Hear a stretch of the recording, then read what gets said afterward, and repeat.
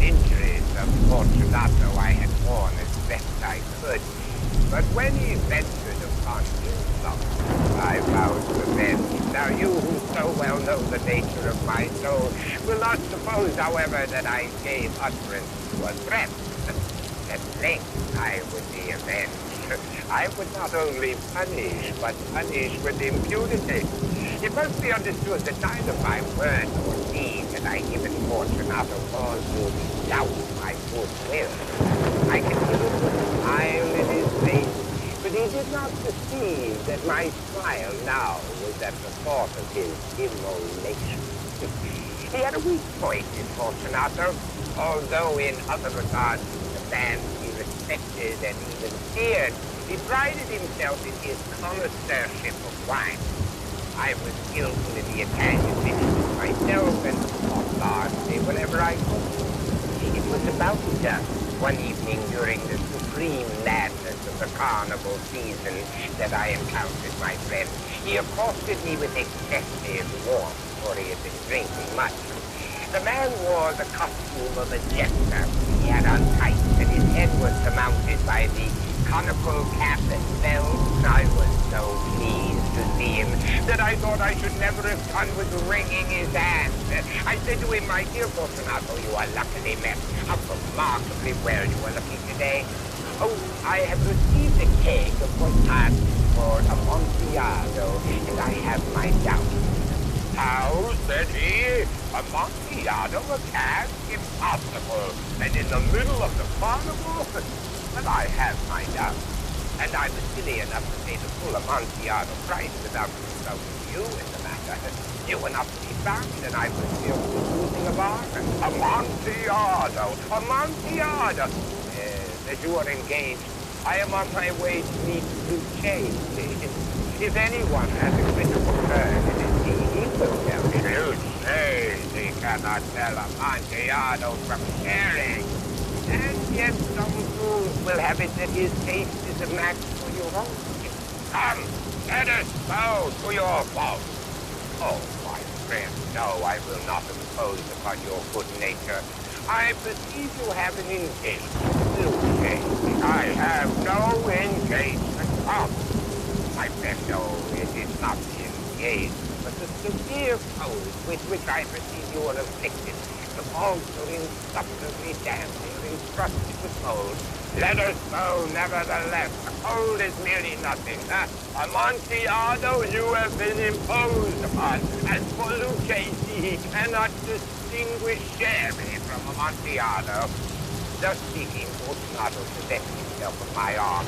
I would honor that, still drawing a cape closely about my person, suffered him to hurry me to my plaza. There were no attendants at home. They had started to make merry in honor of the time. I took from their convent and one Fortunato, bowed him through several suites of rooms to the archways that led into the vault. I passed down a long and winding staircase, requesting him to be cautious as he followed. We came at length to the foot of the descent, stood together on the tenth ground of the capstones of the Montresors, my family. The gait of my friend was unsteady, and the bells on his jester's cap jingled as he drove. "Where is the cask?" "It is farther on, but observe the white web work which gleams from these cavern walls." "Bones?" "Bones, yes. How long have you had that for?" My poor friend sounded impossibly excited. "It is nothing. Come, we will go back. Your health is precious. You are rich, respected, admired, beloved. You are a man to be here. Indeed, it is no matter. We will go back. You will be ill, and I cannot be responsible. Besides, there is chasing. Enough. The past is a mere nothing. It will not kill me. I shall not die of a cough." And indeed, I had no intention of alarming you unnecessarily, but you should use all proper caution. I thought this Madoff will defend us against the death. Here I knocked off the guest bottle which I threw most. Drink, I said, presenting him the wine. He raised it to his lips.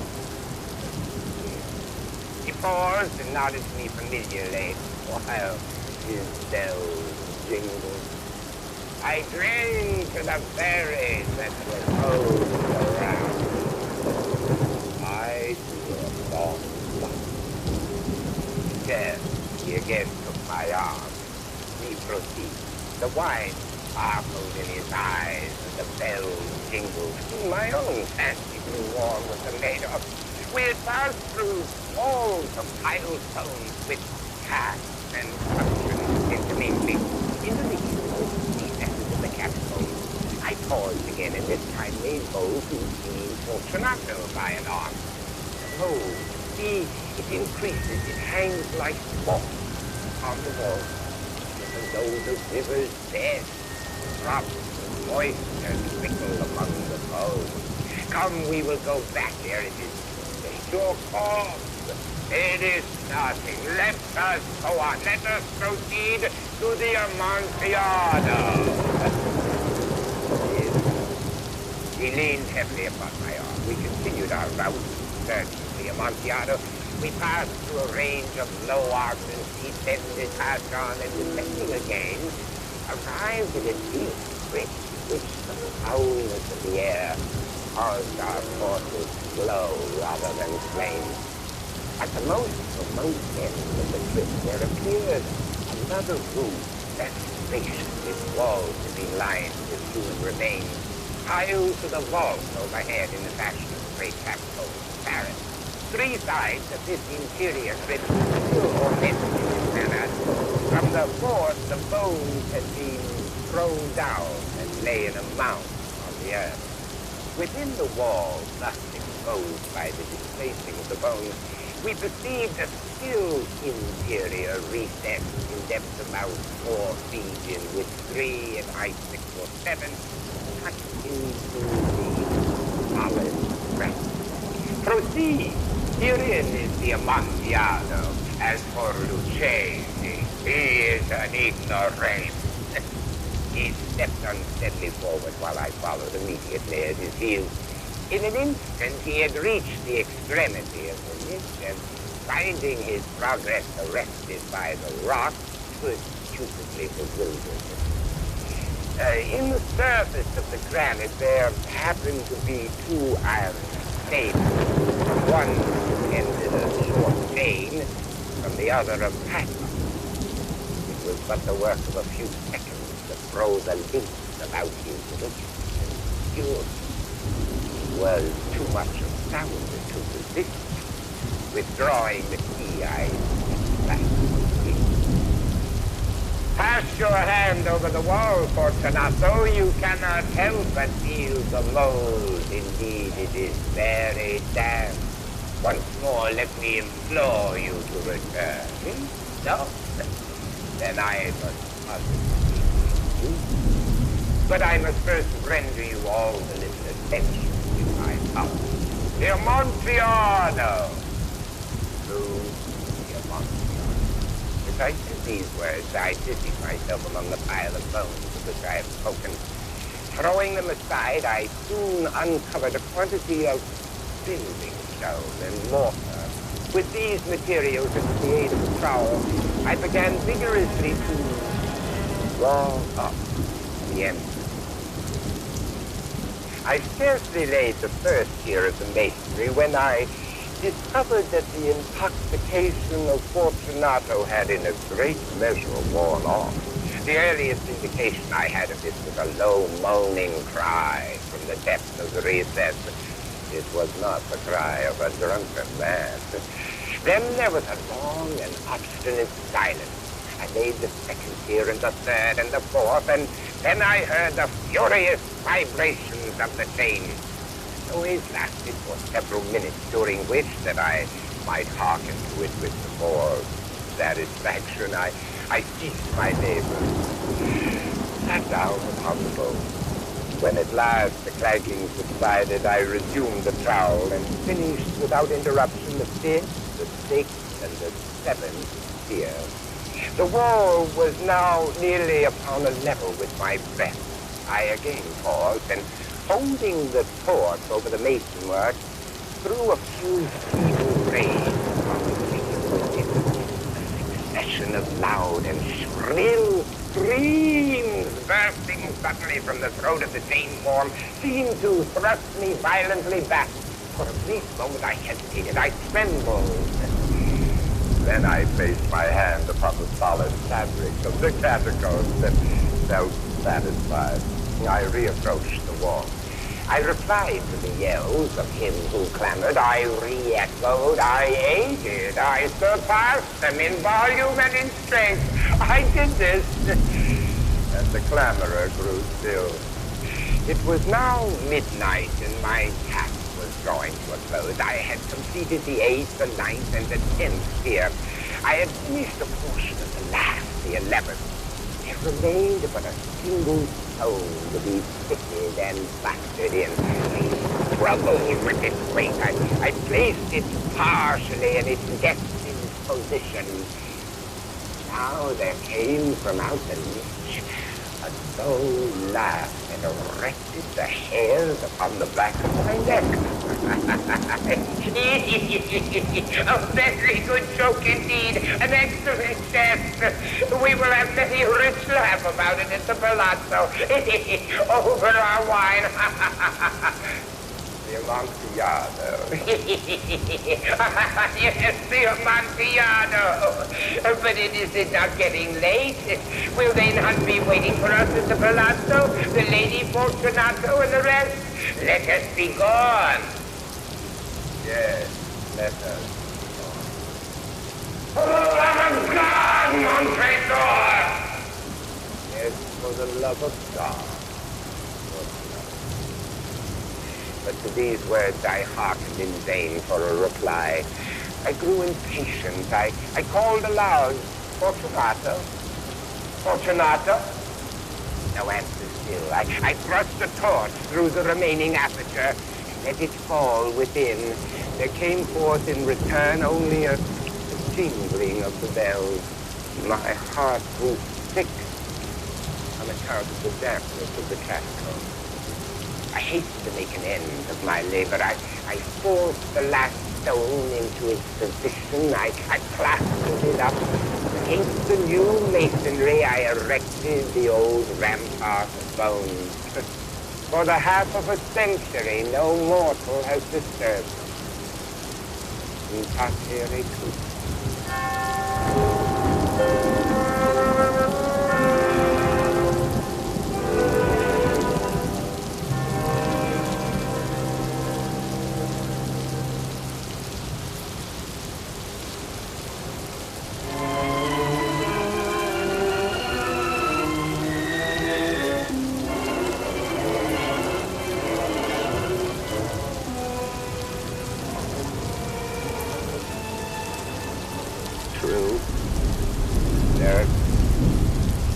Very dreadfully nervous. I had been and am, but why would you say that I am mad? The disease atrocities my senses, not destroyed, not dull them. Above all, the sense of healing. Heard all things in the heaven and in the earth. I heard many things in hell. How then am I mad? Hearken and observe how healthily, how calmly I can tell you the whole story. I'll just say how first the idea entered my brain, but once conceived it haunted day and night. Obviously there was none, passion there was none. I loved the old man. He had never wronged me. He had never given me insult. For his gold I had no desire. He could it was this. One of his eyes resembled that of a vulture, a pale blue eye with a film over it. Whenever it fell upon me, my blood ran cold. So by degrees, very gradually, I made up my mind to take the life of the old man, thus to rid myself of the eye forever.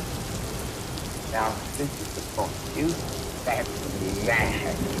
Madmen know nothing, but you should have seen me. You should have seen how wisely I proceeded, with what caution, with what foresight.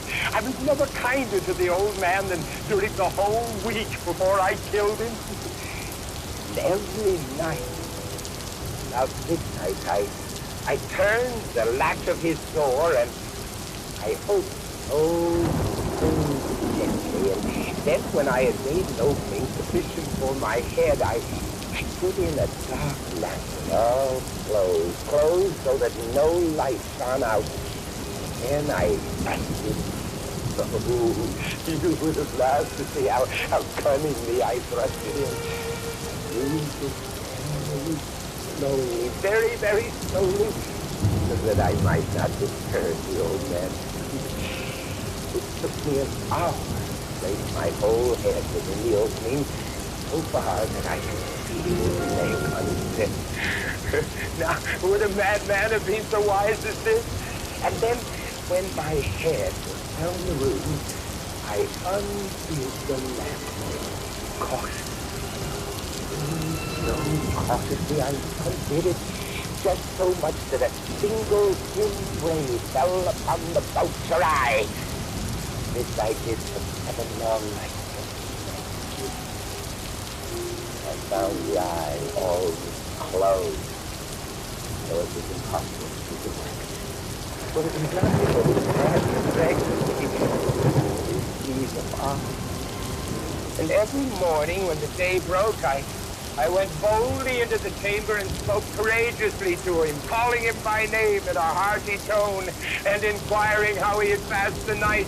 So you see, he would have been a very profound old man indeed to suspect that every night I looked in upon him while he slept.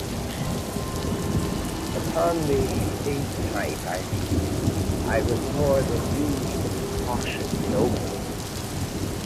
A watch's fitted hand moved more quickly than did mine. Never before that night had I felt the extent of my own powers. I could scarcely contain my feelings of triumph. I had my head in the room and was about to open the lantern when my thumb slipped on the tin fastening, and the old man sprang up in the bed crying out, "Who's there?"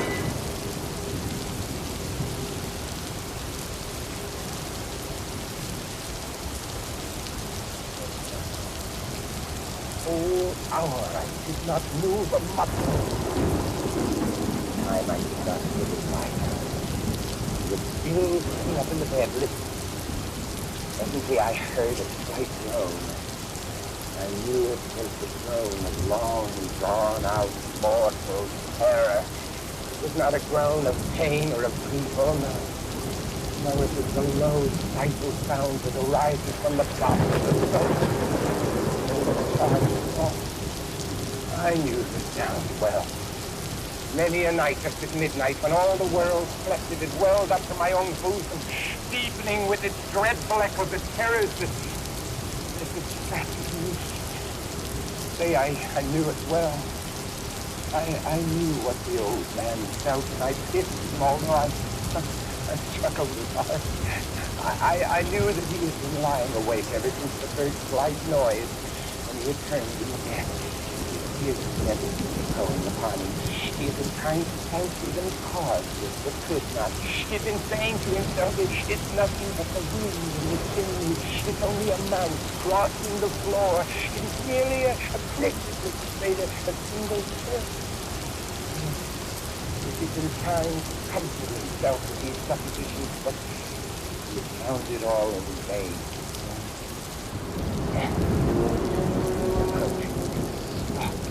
Black shadow before him. But that was I had waited a long time, very patiently, without feeling to lie down. I resolved to unscramble a very little light in the lamp. So I opened it, oh, you cannot imagine how stealthily, until at length a single dim ray, like the thread of a spider, shot from out the crevice and full upon the vulture eye. It was open, wide open, and I grew furious as I gazed upon it. I saw it was perfect. This face is all a dull blue, with a hideous veil over it that chills the very marrow of my bones. I could see nothing else in the old man's face, for I had directed the rays as if fine precisely on the damned spot. Now, have I not told you that what you mistake for madness is but over acuteness of the sense? Now I think there seems my ears a low, dull, quick sound, such as the watching back of the watch. I knew that sound well, too, as you told me that heart. It increased my fury as the beating of a drum stimulates the soldier to courage. Even yet I refrained and kept still. I scarcely breathed. Sometimes the courage tattoo of the heart increased. Quicker and louder every instant. The old man's terror must have been extreme. It grew louder, I say, louder every moment. Do you mark me well? I have told you that I am nervous, so I am. And now, at the dead hour of the night, with the silence of this old house, those strange noises, this excited me to uncontrollable terror. Yet, a minute longer, I refrained and louder and louder. I thought the heart must burst.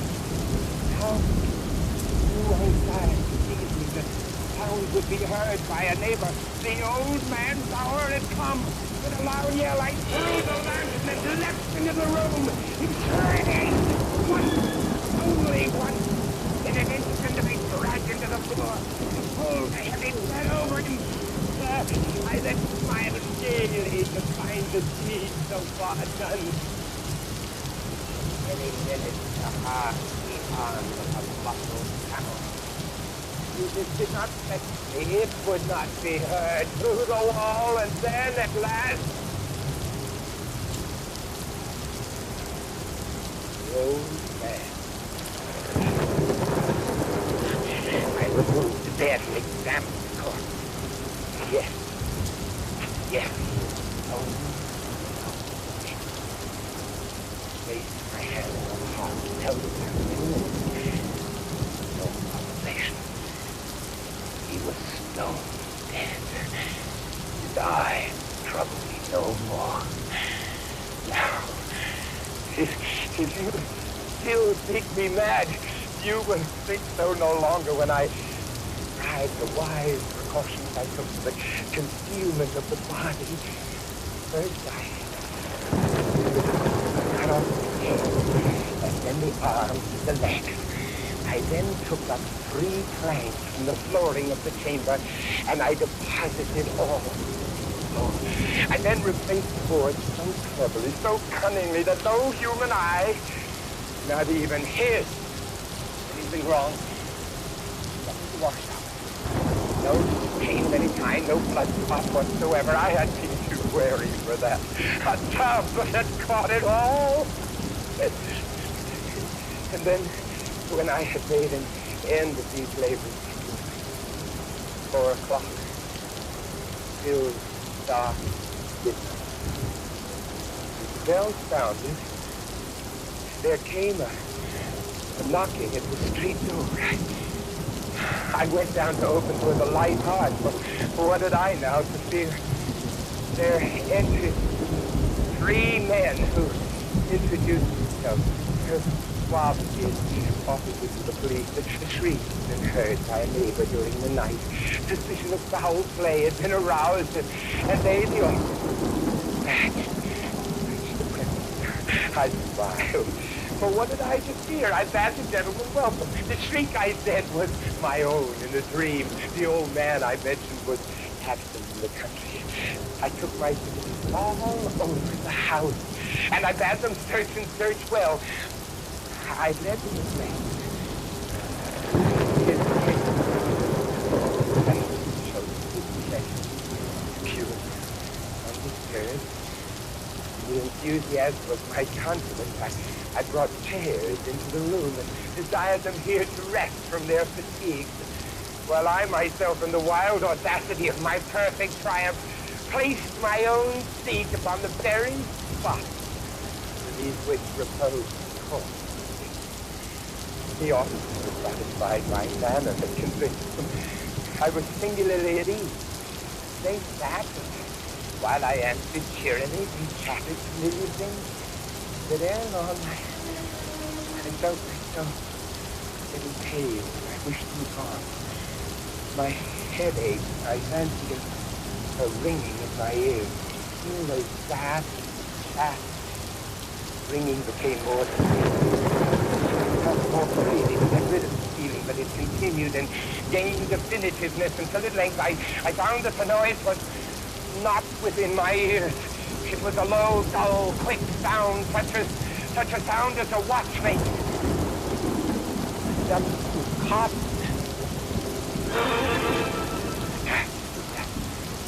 If the officer heard it, I talked more quickly, more vehemently, but the noise steadily increased. I arose and I argued about trifles, but the noise increased steadily. Why would they not be gone? I paced the floor to and fro with heavy strides, as if excited to fury by the observation of the men. But the noise steadily increased. Oh, God, what could I do? I foamed, I raved, I swore. I swung the chair upon which I had been sitting, grated it upon the boards. But the noise rose above all. It grew louder, louder. And still the men chatted pleasantly and smiled. Was it possible that they heard not? Oh, Almighty God, no, they heard. They suspected. They knew. They were making a mockery of my horror. I could bear those hypocritical smiles no longer. I felt that I must scream or die. Now again, hark! Louder, louder, louder, louder! Villains! Dissemble no more! I admit the deed! Tear up the plank! Here! It is the beating of his hideous heart!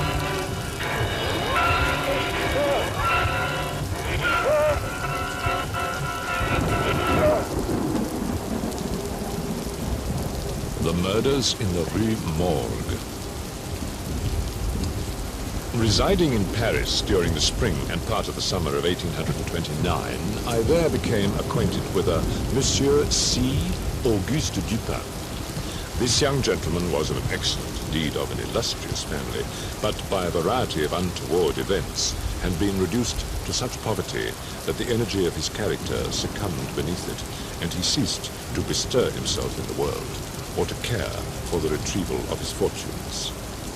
By courtesy of his creditors, there still remained in his possession a small remnant of his patrimony, and upon the income arising from this, he managed, by means of a rigorous economy, to procure the necessaries of life without troubling himself about its superfluities. Books, indeed, were his sole luxuries, and in Paris these are easily obtained.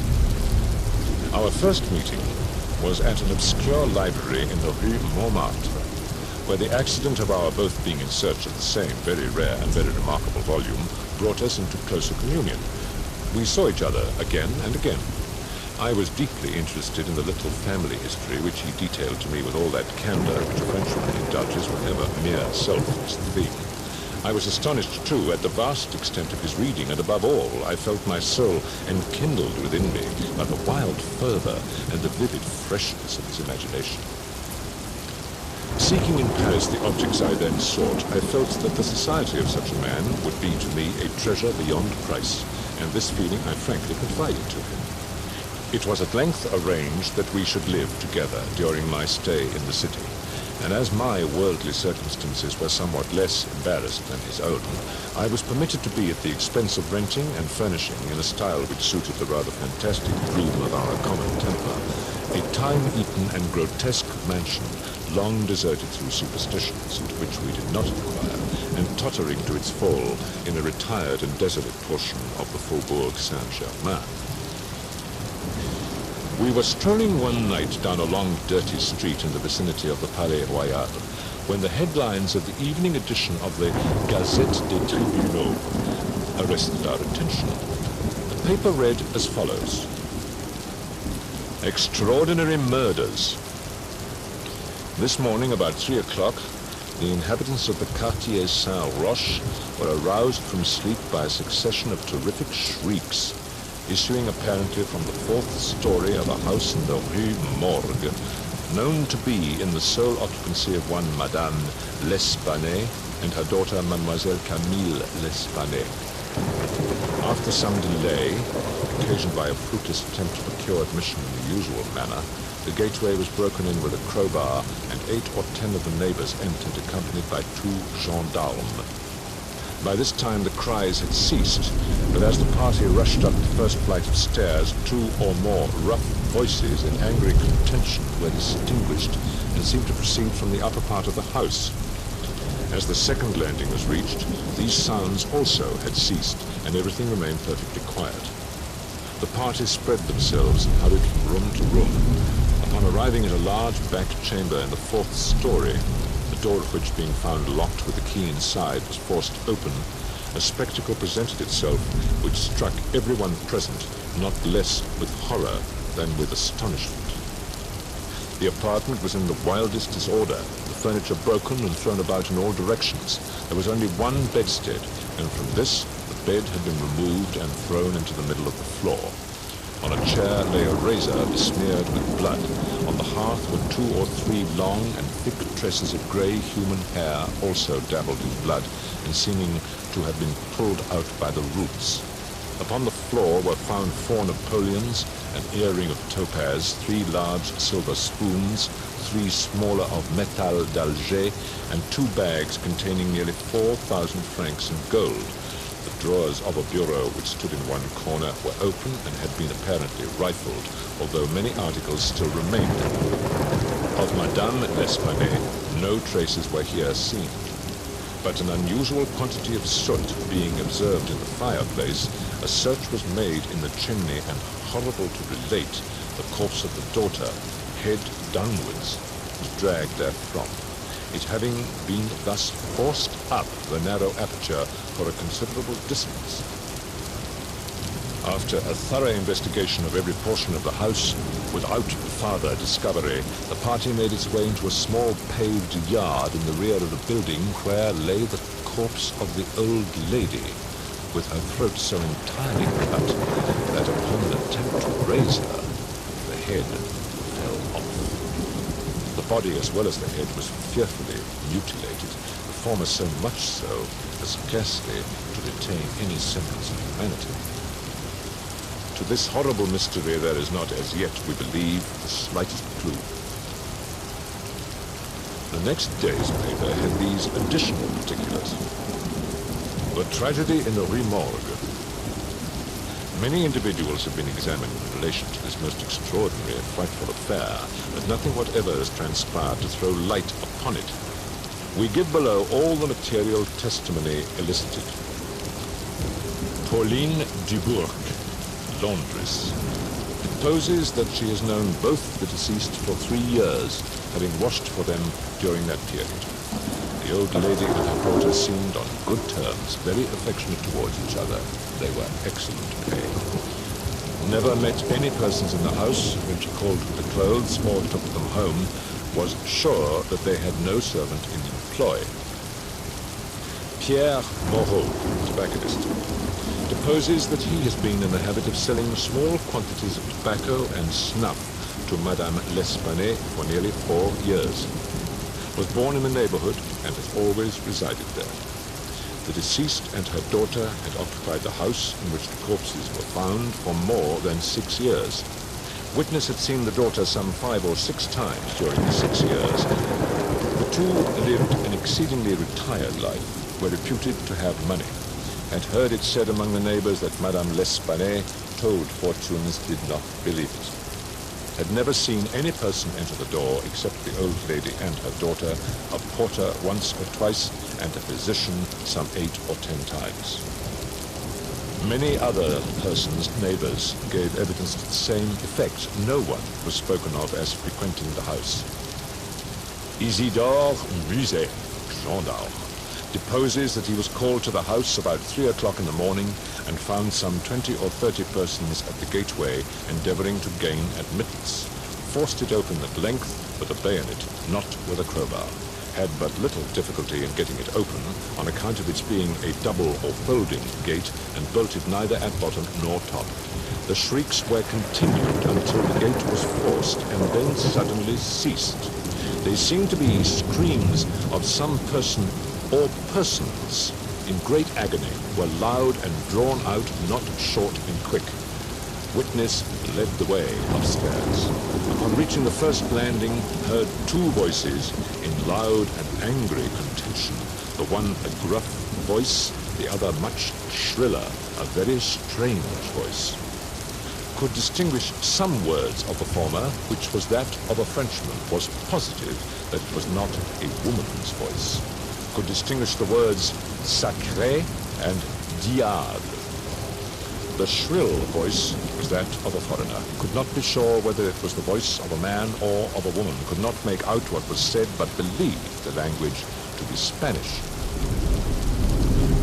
Henri Duval, a neighbor and by trade a silversmith, deposes that he was one of the party who first entered the house, corroborates the testimony of Musée in general. As soon as they forced an entrance, they reclosed the door to keep out the crowd, which collected very fast, notwithstanding the lateness of the hour. The shrill voice, the witness thinks, was that of an Italian, was certain it was not French. Could not be sure that it was a man's voice. It might have been a woman's. Was not acquainted with the Italian language. Could not distinguish the words, but was convinced by the intonation that the speaker was an Italian. Bodenheimer, restaurateur. This witness volunteered his testimony. Not speaking French, was examined through an interpreter, is a native of Amsterdam. Was passing the house at the time of the shrieks. They lasted for several minutes, probably 10. They were long and loud, very awful and distressing. Was one of those who entered the building, corroborated the previous evidence in every respect but one, was sure that the shrill voice was that of a man, of a Frenchman. Could not distinguish the words uttered. They were loud and quick, unequal, spoken apparently in fear as well as in anger. The voice was harsh, not so much shrill as harsh. Could not call it a shrill voice. The gruff voice said repeatedly, sacré, diable, and once, mon Dieu. Jules Mignot, banker, of the firm of Mignot et Fils, Rue de Lorraine, is the elder Mignot. Madame L'Espanais had some property, had opened an account with his banking house 8 years previously, made frequent deposits in small sums, had checked for nothing until the 3rd day before her death, when she took out in person the sum of 4,000 francs. This sum was paid in gold, and a clerk sent home with the money. Adolphe Le Bon, clerk to Mignot et Fils, deposes that on the day in question about noon, he accompanied Madame L'Espanais to her residence with the 4,000 francs put up in 2 bags. Upon the door being opened, Mademoiselle L'Espanais appeared and took from his hands one of the bags, while the old lady relieved him of the other. He then bowed and departed. Did not see any person in the street at the time. It is a by-street, very lonely. William Bird, tailor, deposes that he was one of the party who entered the house, is an Englishman, has lived in Paris 2 years, was one of the first to ascend the stairs, heard the voices in contention. There was a sound at the moment as if of several persons struggling, a scraping and scuffling sound. The shrill voice was very loud, louder than the gruff one. Is sure that it was not the voice of an Englishman, appeared to be that of a German. Might have been his voice. Does not understand German. 4 of the above-named witnesses being recalled deposed that the door of the chamber in which was found the body of Mademoiselle L'Espanais was locked on the inside when the party reached it. Everything was perfectly silent, no groans or noises of any kind. Upon forcing the door, no person was seen. The windows, both of the back and front room, were down and firmly fastened from within. The door leading from the front room into the passage was locked, with the key on the inside. There was not an inch of any portion of the house which was not carefully searched. Sweeps were sent up and down the chimneys. The house was a 4-story one with garrets. A trap door on the roof was nailed down very securely. It did not appear to have been opened for years. The time elapsing between the hearing of the voices in contention and the breaking open of the room door was variously stated by the witnesses. Some made it as short as 3 minutes, some as long as 5. The door was opened with difficulty. Alfonso Garcia, undertaker, deposes that he resides in the Rue Morgue, is a native of Spain, was one of the party who entered the house, did not proceed upstairs, missed notes, and was apprehensive of the consequences of agitation. Heard the voices in contention. The gruff voice was that of a Frenchman who could not distinguish what was said. The shrill voice was that of an Englishman, is sure of this. Does not understand the English language, but judges by the intonation. Alberto Montani, confectioner, deposes that he was among the first to ascend the stairs, heard the voices in question. The gruff voice was that of a Frenchman, distinguished several words. The speaker appeared to be expostulating, could not make out the words of the shrill voice, spoke quick and unevenly, thinks it the voice of a Russian.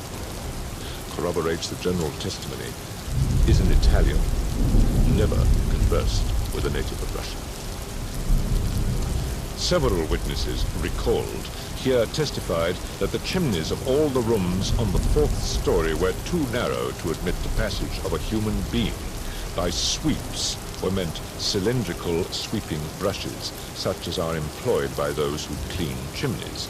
These brushes were passed up and down every flue in the house. There is no back passage by which anyone could have descended while the party proceeded upstairs. The body of Mademoiselle L'Espanaye was so firmly wedged in the chimney that it could not be got down until 4 or 5 of the party united their strength. Paul Dumas, physician, deposes that he was called to view the bodies about daybreak. They were both then lying on the sacking of the bedstead in the chamber where Mademoiselle L'Espanaye was found.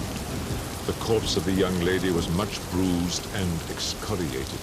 The fact that it had been thrust up the chimney would sufficiently account for these appearances. The throat was greatly chafed. There were several deep scratches just below the chin, together with a series of livid spots which were evidently the impression of fingers.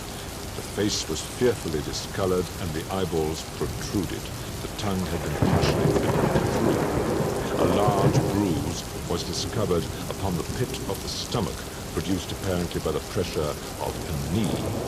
In the opinion of M. Dumas, Mademoiselle L'Espanaye had been throttled to death by some person or persons unknown. The corpse of the mother was horribly mutilated. All the bones of the right leg and arm were more or less shattered, the left tibia much splintered, as well as all the ribs of the left side, whole body dreadfully bruised and discolored. It was not possible to say how the injuries had been inflicted. A heavy club of wood or a broad bar of iron, a chair, any large, heavy and obtuse weapon would have produced such results if wielded by the hands of a very powerful man. No woman could have inflicted the blows with any weapon. The head of the deceased, when seen by witness, was entirely separated from the body and was also greatly shattered. The throat had evidently been cut with some very sharp instrument, probably with a razor. The evening edition of the paper stated that the greatest excitement still continued in the Quartier Saint-Roch, that the premises in question had been carefully researched and fresh examinations of witnesses instituted, but all to no purpose. A postscript, however, mentioned that the bank clerk Adolphe Lebon had been arrested and imprisoned, although nothing appeared to criminate him beyond the facts already detailed. Dupin seemed singularly interested in the progress of this affair, at least so I judged from his manner, for he made no comments.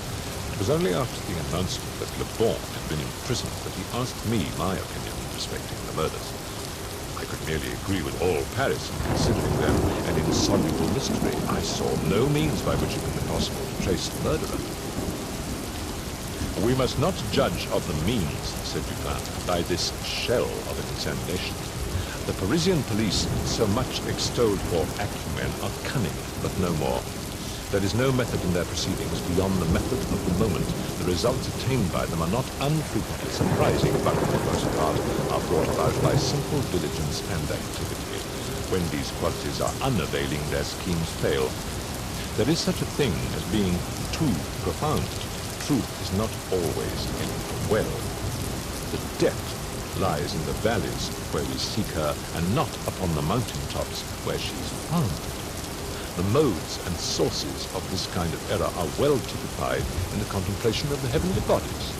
To look at a star by glances, to view it in a sidelong way by turning towards it the exterior portions of the retina, is to behold the star distinctly, is to have the best appreciation of its luster, a luster which grows dim just in proportion as we turn our vision fully upon it. As for these murders, let us enter into some examinations for ourselves before we make up an opinion concerning it. An inquiry will afford us amusement.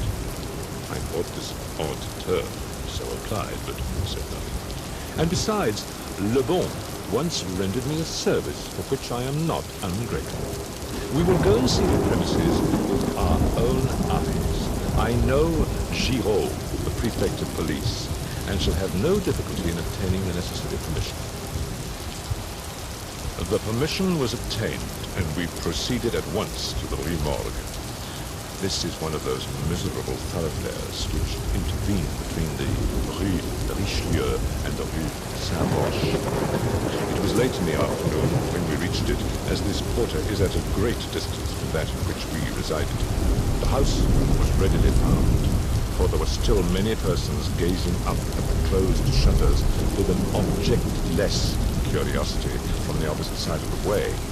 It was an ordinary Parisian house with a gateway, on one side of which was a glazed watch-box with a sliding panel in the window indicating a loge de concierge.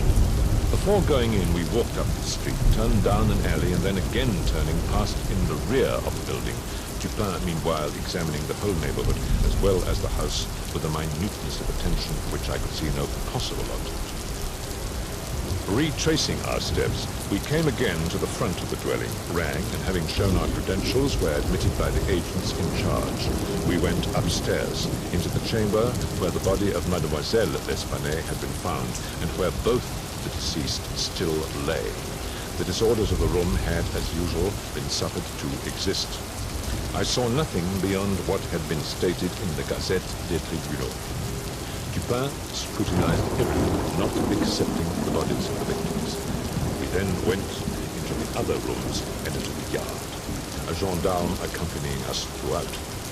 The examination occupied us until dark, when we took our departure.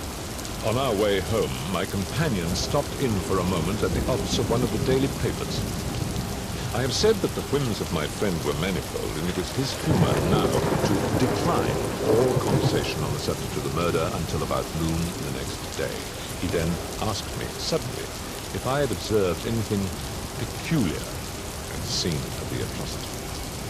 There was something in his manner, emphasizing the word peculiar, which caused me to shudder without knowing why.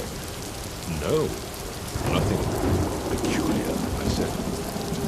Nothing more, at least, than we both saw stated in the paper. The Gazette, he replied, has not entered, I fear, into the unusual horror of them. But dismiss the idle opinions of this friend. It appears to me that this mystery is considered insoluble for the very reason which should cause it to be regarded as easy of solution. I mean for the outré character of its features.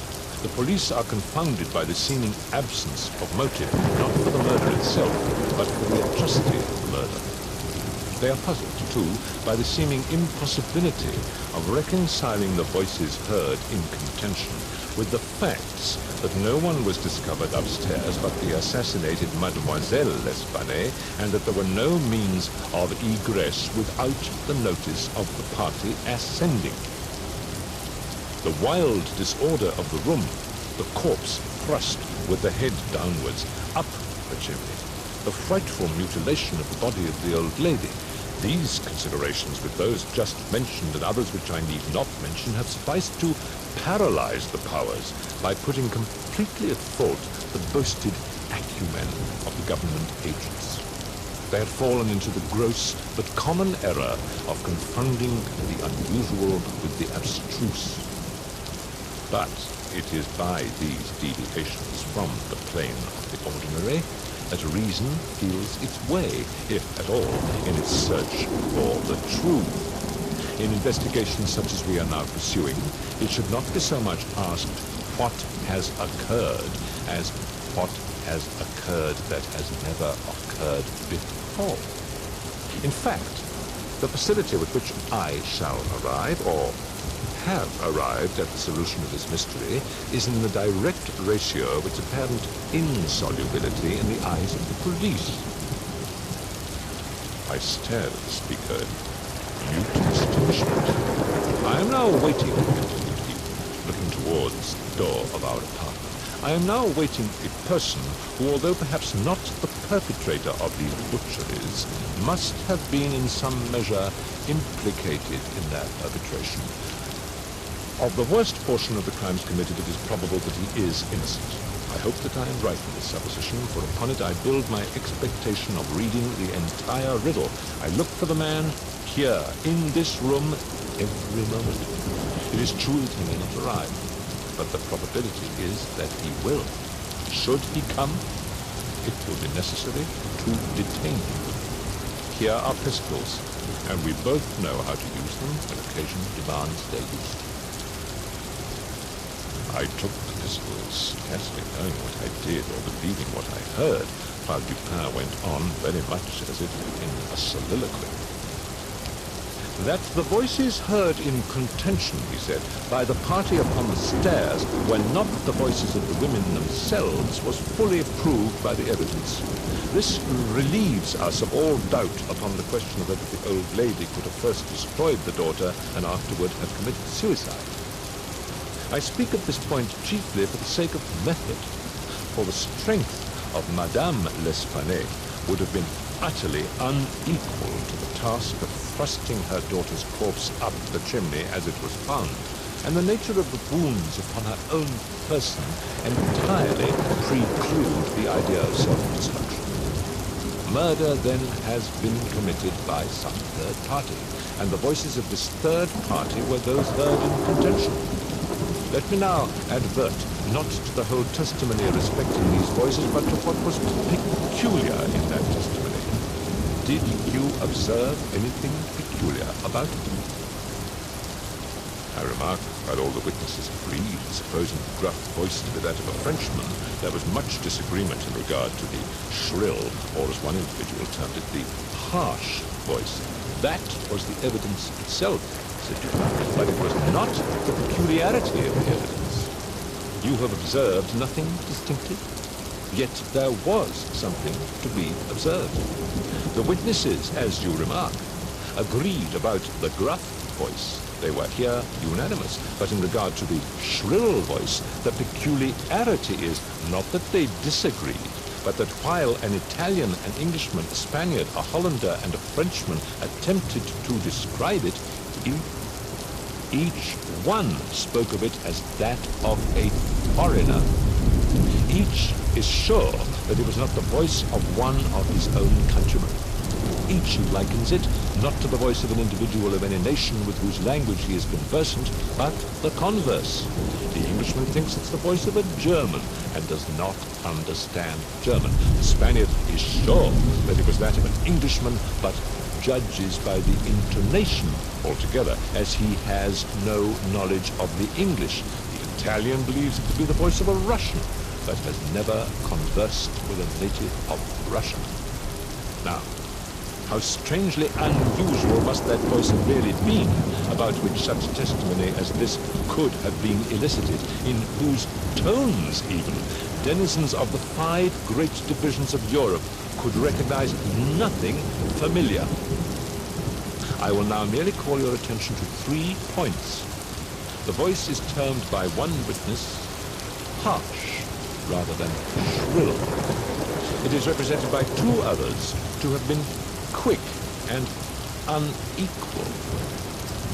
No words, no sounds resembling words were by any witness mentioned as distinguishable. Let us now transport ourselves in fancy to my inquiries in the church. What shall we first seek here? The means of egress employed by the murderers. It is not too much to say that neither of us believe in preternatural events. Madame and Mademoiselle L'Espanaye were not destroyed by spirits. The doers of the deed were material and escaped materially. Then how?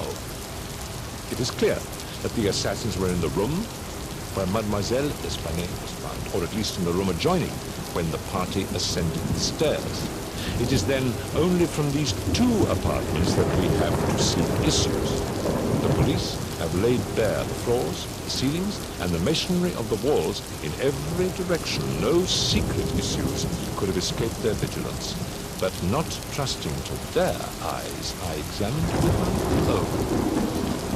There were, then, no secret issues. Both doors leading from the rooms into the passage were securely locked with the keys inside. Let us turn to the chimneys. These, although of ordinary width for some 8 or 10 feet above the hearths, will not admit throughout their extent the body of a large cat. The impossibility of egress by means already stated being thus absolute, we are reduced to the windows. Through those of the front room, no one could have escaped without notice from the crowd in the street. The murderers must have passed then through those of the back room. Now, brought to this conclusion in so unequivocal a manner as we are, it is not our part as reasoners to reject it on account of apparent impossibilities. It is only for us to prove that these apparent impossibilities are in reality not such. I proceed to think thus. The murderers did escape from one of these windows.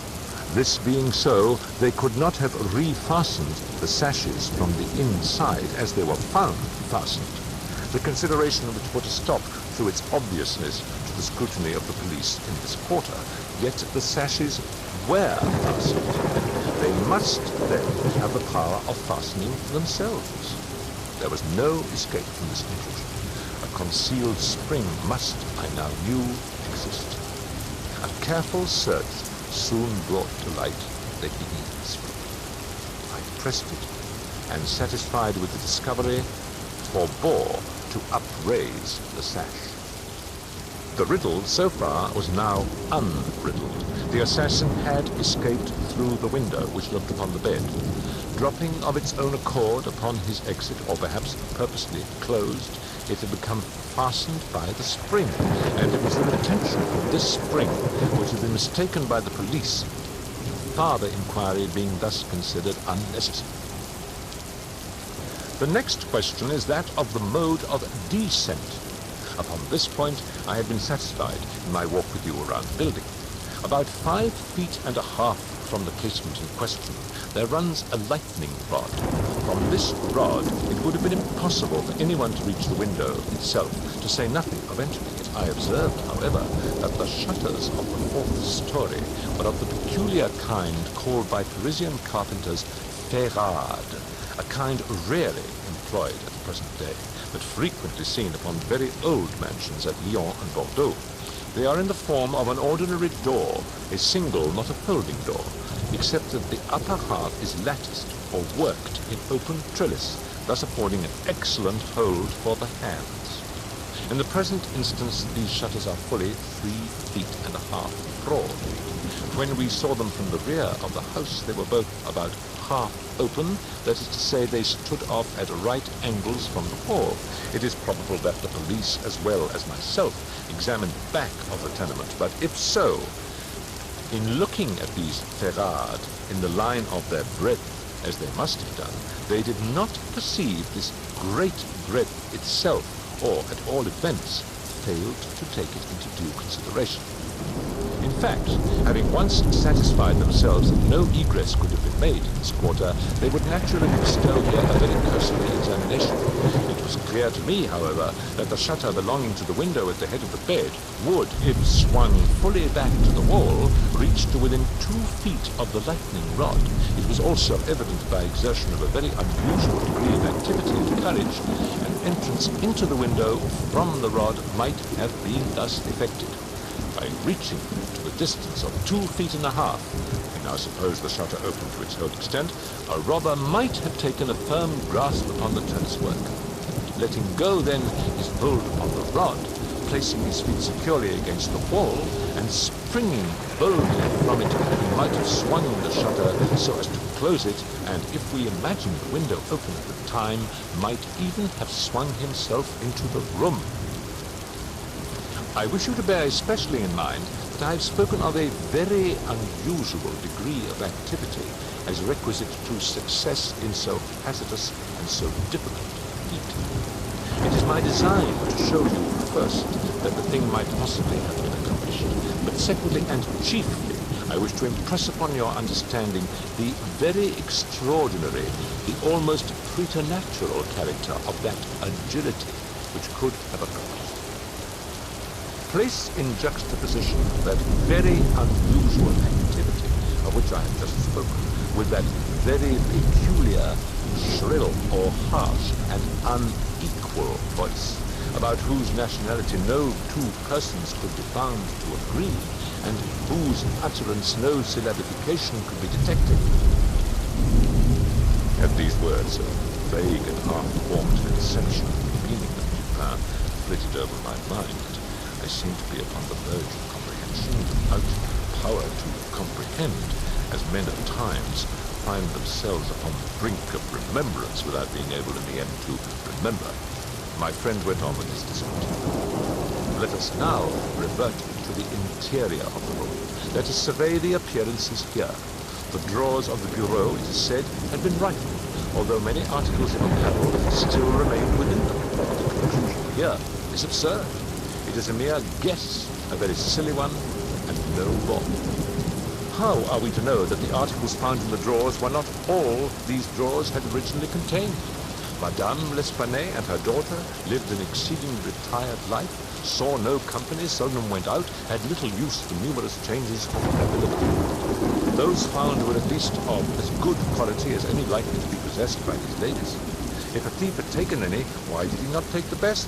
Why did he not take all? In a word, why did he abandon 4,000 francs in gold to encumber himself with a bundle of linen? The gold was abandoned. Nearly the whole sum mentioned by Monsieur Mignot, the banker, was discovered in bags upon the floor. I wish you therefore to discard from your thoughts the blundering idea of the motive engendered in the brains of the police by that portion of the evidence which speaks of money delivered at the door of the house. Coincidences 10 times as remarkable as this, the delivery of the money and murder committed within 3 days of the party receiving it, happened to all of us every hour of our lives without attracting even a momentary notice. Keeping now steadily in mind the points to which I have drawn your attention, that peculiar voice, that unusual agility, and that startling absence of motive in a murder so singularly atrocious as this, let us glance at the butchery itself. Here's a woman strangled to death by manual strength and thrust up a chimney head downwards. Ordinary assassins employ no such modes of murder as this. Least of all do they thus dispose of the murdered. In the manner of thrusting the corpse up the chimney, you will admit that there was something excessively outré, something altogether irreconcilable with our common notions of human action, even when we suppose the actors the most depraved of men. Think, too, how great must have been that strength which could have thrust the body up such an aperture so forcibly that the united vigor of several persons was found barely sufficient to drag it down. turn now to other implications of the employment of a vigor most marvelous. On the hearth were thick tresses, very thick tresses, of grey human hair. These had been torn out by the roots. You are aware of the great force in tearing thus from the head even 20 or 30 hairs together. You saw the locks in question as well as myself. Their roots, a hideous sight, were clotted with fragments of the flesh of the scalp, sure token of the prodigious power which had been exerted in uprooting perhaps 500,000 of hairs at a time. The throat of the old lady was not merely cut, but the head absolutely severed from the body. The instrument was a mere razor. If now, in addition to all these things, we were properly reflected upon the odd disorder of the chamber, we have gone so far as to combine the ideas of an agility astounding, a strength superhuman, a ferocity brutal, a butchery without motive, a grotesquerie in horror absolutely alien from humanity, and a voice foreign in tone to the ears of men of many nations and devoid of all distinct or intelligible syllabification. What result then has ensued? What impression have I made upon your fancy? I felt a creeping of the flesh as Dupin asked me the question. A madman, I said, has done this deed.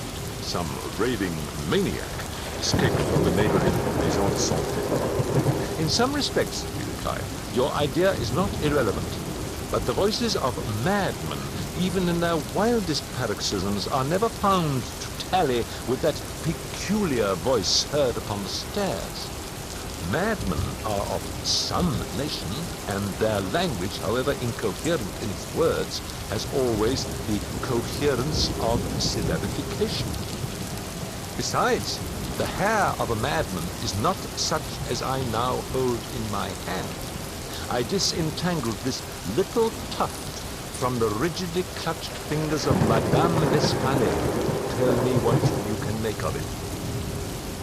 Dupin, I said, completely unnerved. This hair is most unusual. This is no human hair.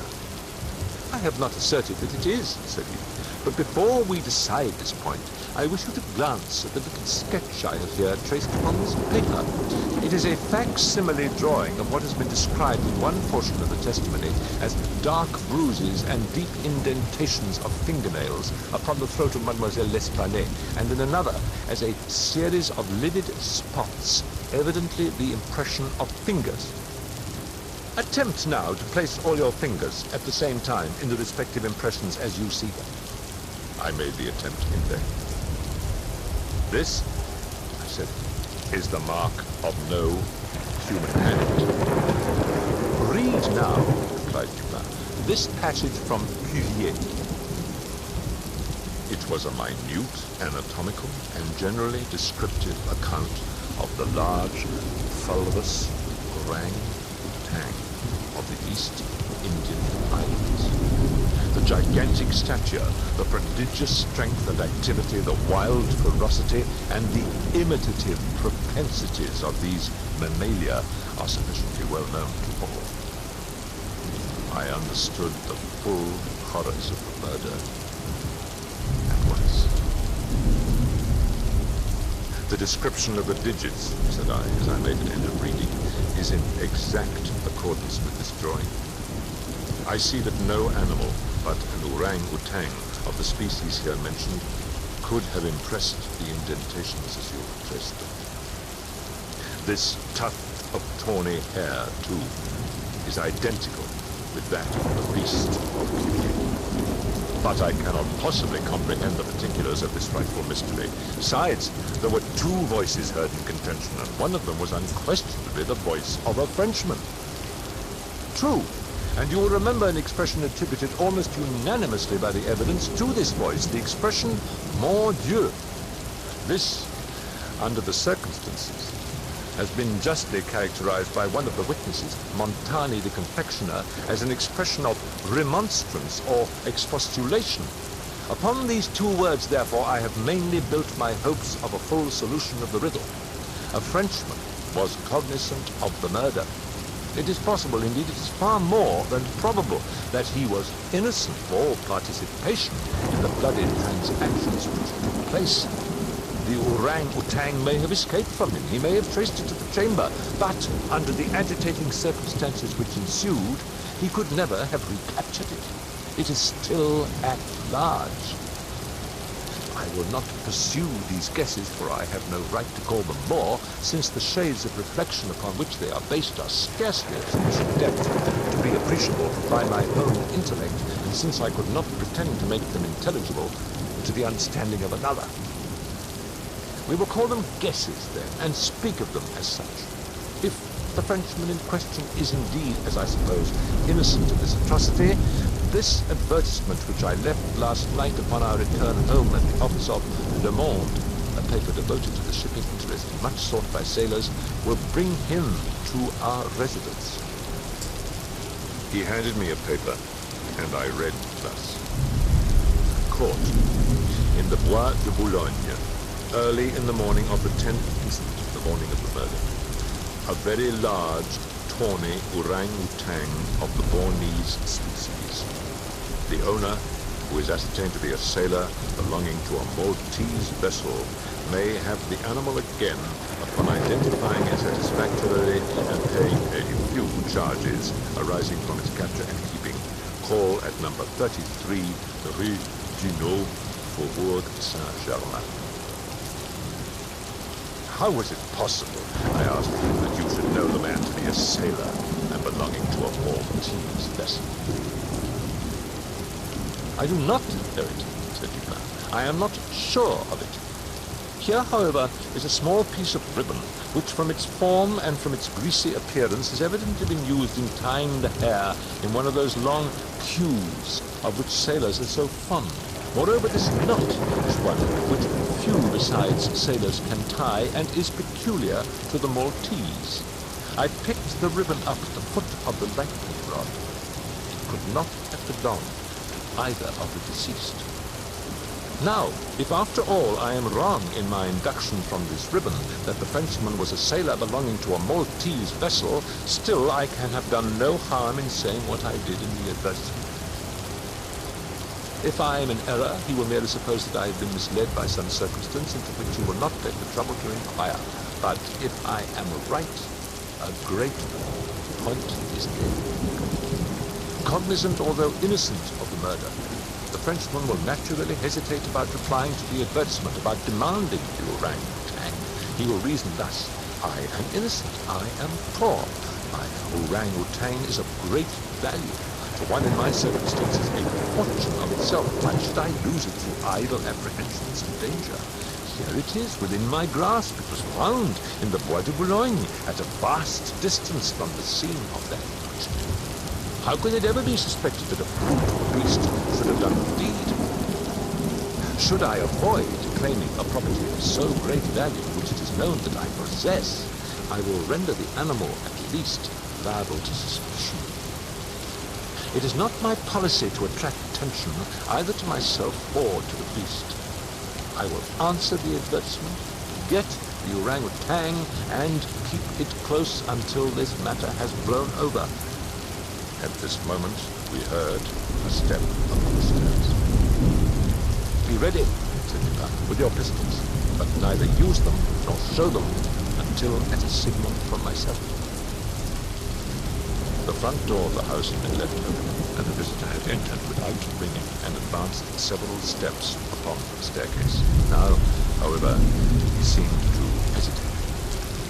Presently we heard him descend. Dupin was moving quickly to the door when we again heard him coming up. He did not turn back a second time, but stepped up with decision and rapped at the door of my chamber. Come in, said Dupin, in a cheerful and hearty tone. A man entered. He was a sailor, evidently, a tall, stout, and muscular-looking person, with a certain daredevil expression of countenance, not altogether unprepossessing. His face, greatly sunburned, was more than half hidden by whisker and moustache.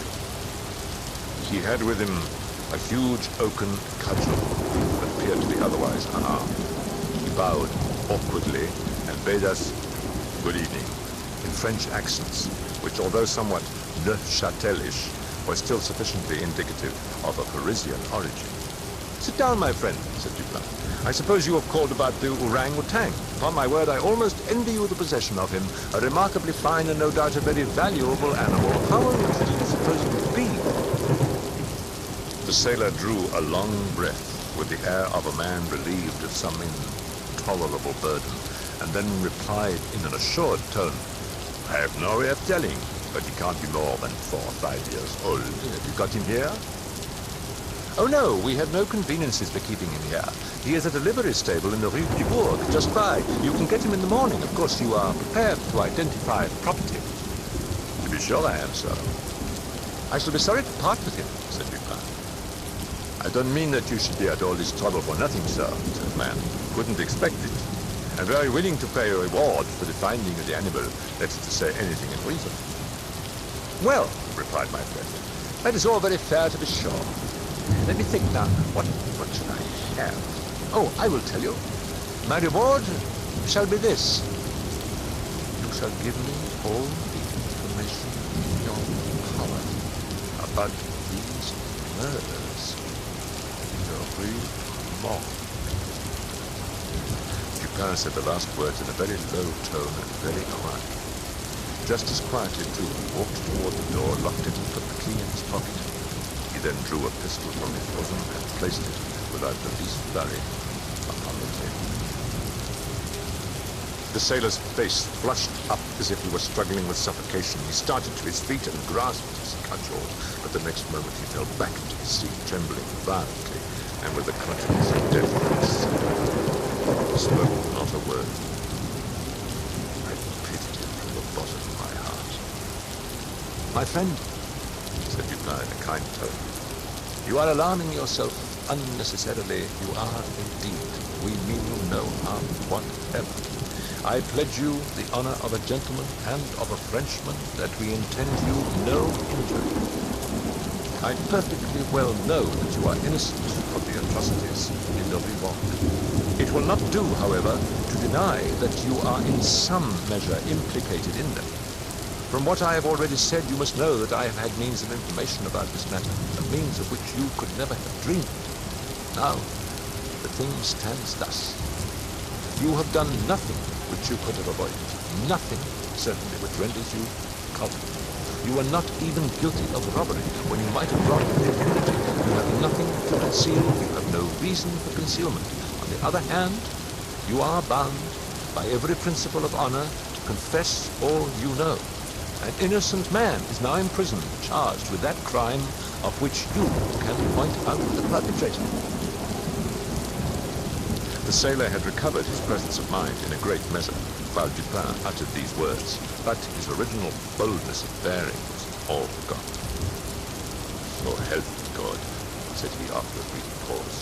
"I will tell you all I know about this affair, but I do not expect you to believe one half I say. I would be a fool indeed if I did.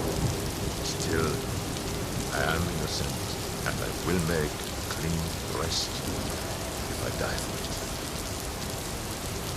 What he stated was in substance this. He had lately made a voyage to the Indian archipelago. A party, of which he formed one, landed at Borneo and passed into the interior on an excursion of pleasure. Himself and a companion had captured the orangutan. This companion dying, the animal fell into his own exclusive possession. After great trouble, occasioned by the intractable ferocity of his captive during the home voyage, he at length succeeded in lodging it safely at his own residence in Paris, where, not to attract toward himself the unpleasant curiosity of his neighbors, he kept it carefully secluded until such time as it should recover from a wound in the foot received from a splinter on board ship. His ultimate design was to sell it. Returning home from some sailor's frolic on the night, or rather in the morning of the murder, he found the beast occupying his own bedroom, into which it had broken from a closet adjoining, where it had been, as was thought, securely confined. Razor in hand, and fully lathered. It was sitting before a looking glass, attempting the operation of shaving, in which it had no doubt previously watched its master through the keyhole of the closet. Terrified at the sight of so dangerous a weapon in the possession of an animal so ferocious and so well able to use it, the man, for some moments, was at a loss what to do. He had been accustomed, however, to quiet the creature, even in its fiercest moods, by the use of a whip, and to this he now resorted. Upon sight of it, the orang-outang sprang at once through the door of the chamber, down the stairs, and thence through a window, unfortunately open, into the street. The Frenchman followed in despair, the ape, razor still in hand, occasionally stopping to look back and gesticulate at its pursuer until the latter had nearly come up with it. It then again made on. In this manner the chase continued for a long time. The streets were profoundly quiet, as it was nearly 3 o'clock in the morning. In passing down an alley in the rear of the Rue Morgue, the fugitive's attention was arrested by a light gleaming from the open window of Madame L'Espanaye's chamber in the 4th story of her house. Rushing to the building, it perceived the lightning rod, clambered up with inconceivable agility, grasped the shutter, which was thrown fully back against the wall, and by its means swung itself directly upon the headboard of the bed. The whole feat did not occupy a minute. The shutter was kicked open again by the orangutan as it entered the room. The sailor, in the meantime, was both rejoiced and perplexed. He had strong hopes of now recapturing the brute, as it could scarcely escape from the trap into which it had ventured, except by the rod, where it might be intercepted as it came down. On the other hand, there was much cause for anxiety as to what it might do in the house. This latter reflection urged the man still to follow the fugitive. A lightning rod is ascended without difficulty, especially by a sailor. But when he had arrived as high as the window which lay far to his left, his career was stopped. The most that he could accomplish was to reach over so as to obtain a glimpse of the interior of the room. And this glimpse he nearly fell from his hold through excess of horror. Now it was that those hideous shrieks arose upon the night, which had startled from slumber the inmates of the Rue Morgue. As the sailor looked in, the gigantic animal had seized Madame L'Espanaye by the hair, which was loose as she had been combing it, and was flourishing the razor about her face in imitation of the motions of a barber. The daughter lay prostrate and motionless. She had swooned.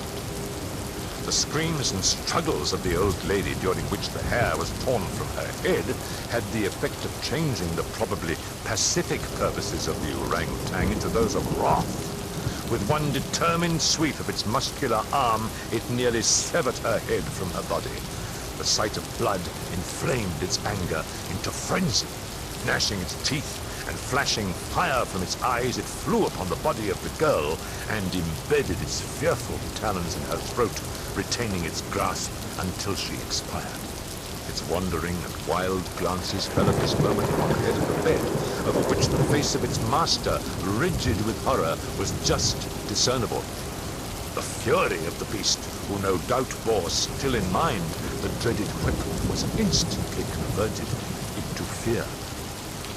Conscious of having deserved punishment, it seemed desirous of concealing its bloody deeds, and skipped about the chamber in an agony of nervous agitation, throwing down and breaking the furniture as it moved, and dragging the bed from the bedstead. In conclusion, it seized first the corpse of the daughter and thrust it up the chimney as it was found, then that of the old lady, which it immediately hurled through the window headlong.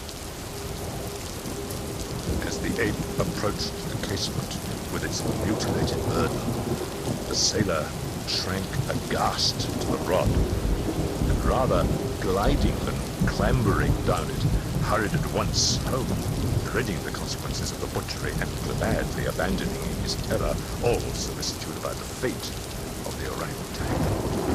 The words heard by the party upon the staircase were the Frenchman's exclamations of horror and affright, commingled with the fiendish jabberings of the brute. I have scarcely anything to add. The orangutan must have escaped from the chamber by the rod just before the breaking of the door. It must have closed the window as it passed through it. It was subsequently caught by the owner himself, who obtained for it a very large sum at the Jardin des Plantes. The bank clerk, Le Bon, was instantly released upon our narration of the circumstances with some comments from at the bureau of the prefect of police. This functionary, however well disposed to my friend, could not altogether conceal his chagrin at the turn which affairs had taken, and was fain to indulge in a sarcasm or two about the propriety of every person minding his own business.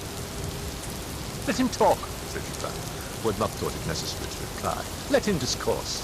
It will ease his conscience. I am satisfied with having defeated him in his own castle. Nevertheless, that he failed in the solution of this mystery is by no means that matter for wonder which he supposes it, for in truth our friend the prefect is somewhat too cunning to be profound. In his wisdom is no stamen. It is all head and no body, like the pictures of the goddess Laverna, or at best all head and shoulders, like a codfish.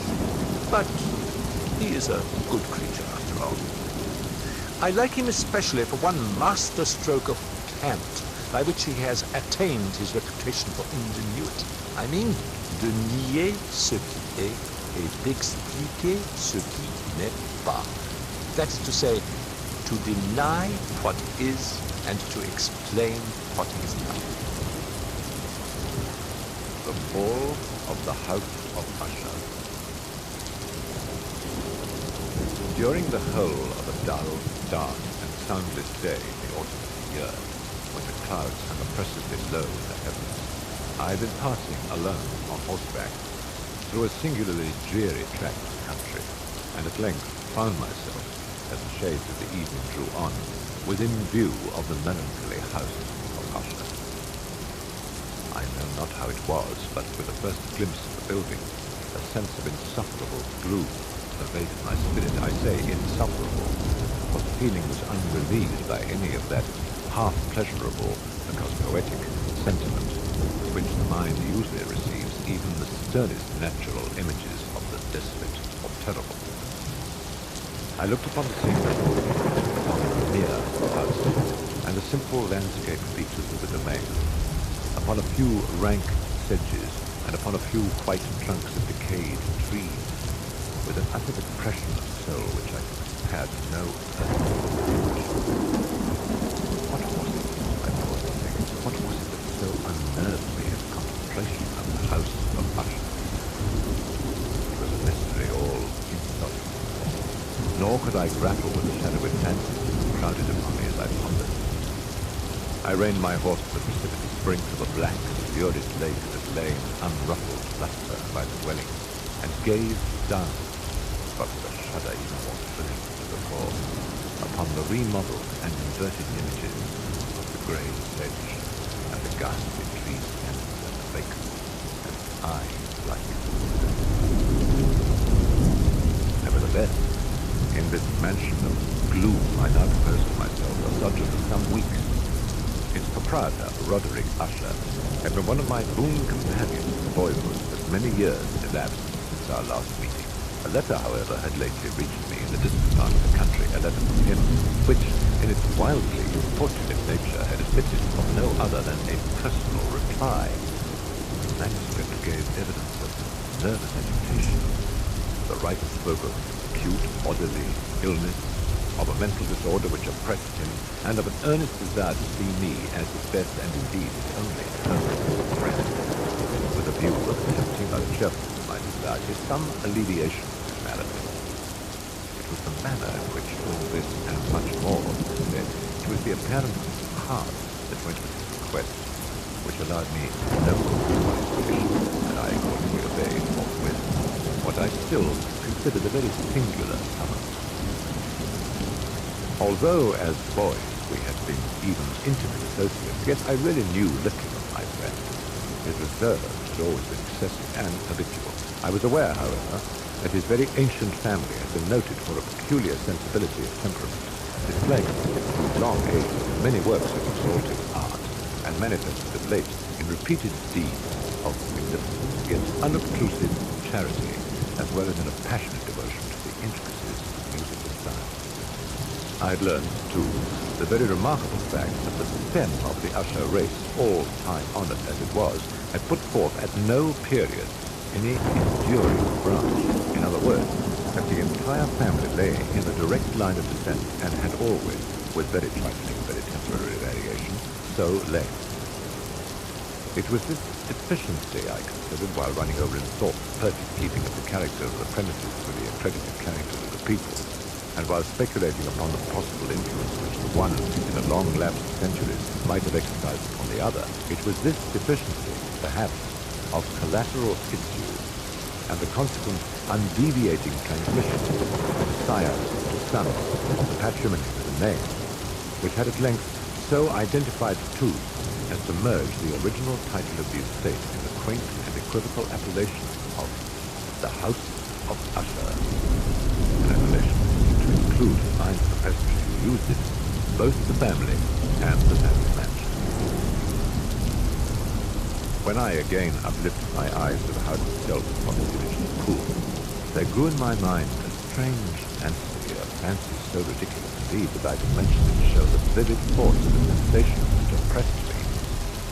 I had so worked upon my imagination, really to believe that about the whole mansion and domain there hung an atmosphere which had no affinity with the air of heaven, but which had reeked up from decayed trees, the grey walls, and the silent stars. A pestilent, dull, sluggish, faintly discernible, pleasant hue.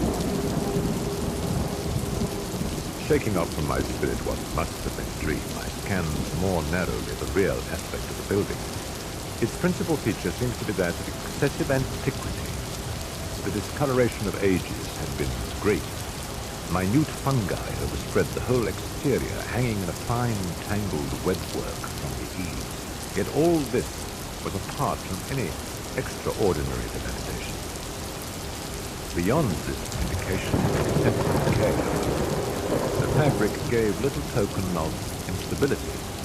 Perhaps the eye of a scrutinizing observer might have discovered a barely perceptible fissure, which, extending from the roof of the building in front, made its way down the wall in a zigzag direction until it became lost in sullen waters of the town. Noticing these things, I rode over a short causeway to the house. The servant waiting took my horse, and I entered the Gothic archway of the hall. A valet of stealthy step thence conducted me in silence through many dark and intricate passages in my progress to the studio of the Masque. Much that I encountered on the way contributed, I know not how, to heighten the vague sentiments of which I have already spoken. While the objects around me, while the carvings of the ceiling and sombre tapestries of the walls, the ebon blackness of the floor, and the phantasmagoric armorial trophies that rattled as I strode, where but matters to which I had been accustomed from my youth, I still wondered to find how unfamiliar were the fancies which ordinary images were stirring up. The valet now threw open the door and ushered me into the presence of the master. The room in which I found myself was very large and lofty. The windows were long, narrow, and pointed, and so vast a distance from the black oaken floor as to be altogether inaccessible from within. Feeble gleams of crimson light made their way through the trellised panes, and served to render sufficiently distinct the more prominent objects around. The eye, however, struggled in vain to reach the remoter angles of the chamber, possessed of the vaulted and rigid ceiling. Dark draperies hung upon the walls. The general furniture was confused. Comfort left, antique and tattered. Many books and musical instruments lay scattered about, but failed to give any vitality to the scene. I felt that I breathed an atmosphere of sorrow. An air of stern, deep, and irredeemable gloom hung over and pervaded all.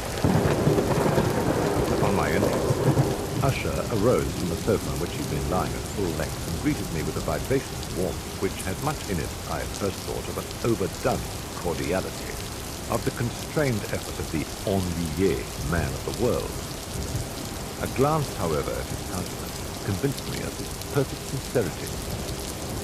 We sat silent, and for some moments, while he spoke not, I gazed upon him with a feeling half of pity, half of awe. Surely a man had never before so terribly altered in so brief a period as had Roderick Usher. It was with difficulty that I could bring myself to admit the identity of the one being before me with the companion of my early boyhood. The ghastly pallor of the skin and the miraculous luster of the eye, above all things, startled and even awed me. The silken hair that grow, all unheeded, and as in its wild gossamer texture, it floated rather than fell about the face. I could not, even with effort, connect her best expression with any idea of humanity. In the manner of my friend, I was at once struck with an incoherence and inconsistency, and I soon found this to arise from a series of feeble and futile struggles to overcome an habitual trepidancy and excessive nervous agitation. His action was alternately vivacious and sullen. His voice varied rapidly from a tremulous indecision, when the animal spirit seemed utterly in abeyance, to that species of energetic concision and abrupt, weighty, unhurried, and hollow-sounding enunciation, that leaden, self-balanced, and perfectly modulated guttural utterance, which may be observed in the lost drunkard or the irrefrainable eater of opium during the period of most intense crisis. It was thus that he spoke of the object of my visit, of his earnest desire to see me, and of the solace he expected me to afford him. He entered at some length into what he conceived to be the nature of humanity, was, he said, a constitutional and a family evil, one for which he despaired of finding a remedy. A mere nervous affection, he added, which would undoubtedly pass off. It displayed itself in a host of unnatural sensations, some of these, as he detailed them, interested and bewildered me. He suffered much from a morbid acuteness of the senses. The most insipid food was alone endurable. He could wear only garments. The texture, the odors of all flowers were oppressive. His eyes were tortured by even a faint light, and there were but peculiar sounds, and these from stringed instruments which did not inspire him with horror. To an anomalous species of terror, I found him a bounden slave. I shall perish, said he. I must perish in this deplorable folly. In this unnerved, in this pitiable condition, I feel that the period will sooner or later arrive when I must abandon life and reason together in some struggle with the grim phantasm. Here. I learn, moreover, at intervals and through broken and equivocal hints, another singular feature of his expression. He was enchained by certain superstitious impressions in regard to the dwelling which he tenanted, and whence, for many years, he had never ventured forth. In regard to an influence which some peculiarities in the mere form and substance of his family mansion had, by dint of long substance, he said, obtained over. He admitted, however, although with hesitation, that much of the peculiar gloom which thus persisted could be traced to a more natural and far more palpable origin. The severe and long continuance leads to the evidently approaching dissolution of a tenderly beloved sister, sole companion for long years, his last and only relative. Her deceit, he said with a bitterness which I can never forget. Leave him, the hopeless and the frail, the last of the ancient race of the Usher. While he spoke, the Lady Madeline, was her was she called, passed slowly through a remote portion of the apartment, without having noticed my presence, disappeared. I regarded her with an astonishment unmingled with dread, and yet I found it impossible to account for such feeling. A sensation of stupor oppressed me as my eyes followed her retreating steps. When a door at length closed upon her, my glance sought instinctively and eagerly the countenance of the brother, but he had been placed in his hand, and I could only perceive far more than ordinary wantonness to spread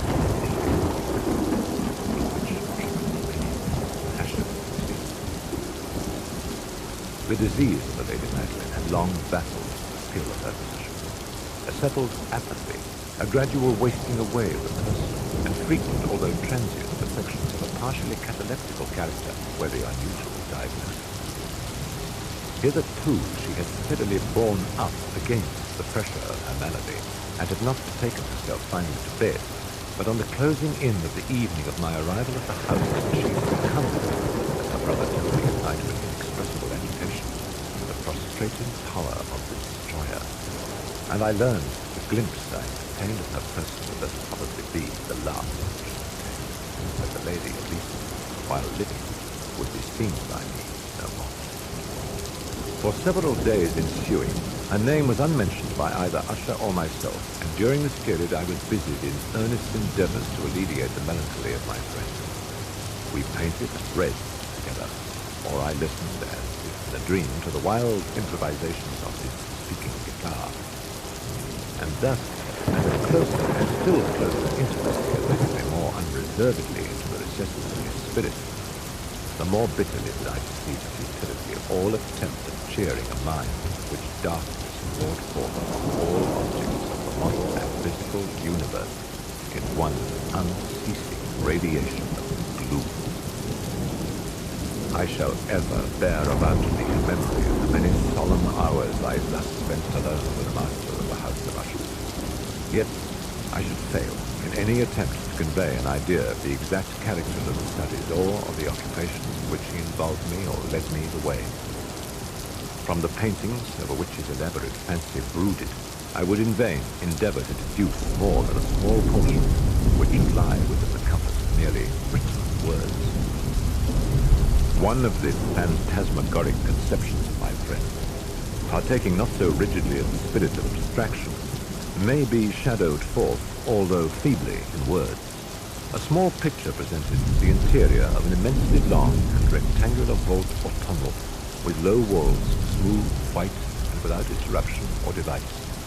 Certain accessory points of the design served well to convey the idea that this excavation lay at an exceeding depth below the surface of the earth. No outlet was observed in any portion of its vast extent, and no torch or other artificial source of light was discernible. Yet a flood of intense rays rolled throughout, and bathed the whole in a ghastly and inappropriate splendor. I have spoken of that morbid condition of the auditory nerve which rendered all music intolerable to the sufferer, with the exception of certain effects of stringed instruments. It was perhaps the narrow limits to which he thus confined himself upon the guitar which gave birth in great measure to the fantastic character of his performances. But the fervid facility of his impromptus would not be so accounted for. They must have been the result of that intense mental collectedness and concentration to which I have previously alluded, as observable only in particular moments of the highest artificial excitement. The words of one of these rhapsodies I have easily forgotten.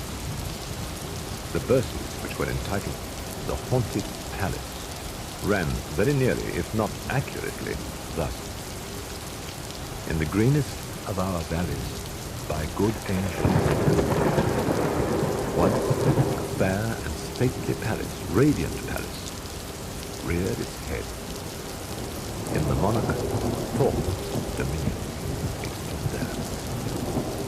Never Seraph spread a pinion over fabric, arms of man. Banners, yellow, glorious, golden, on its roof did float and flow.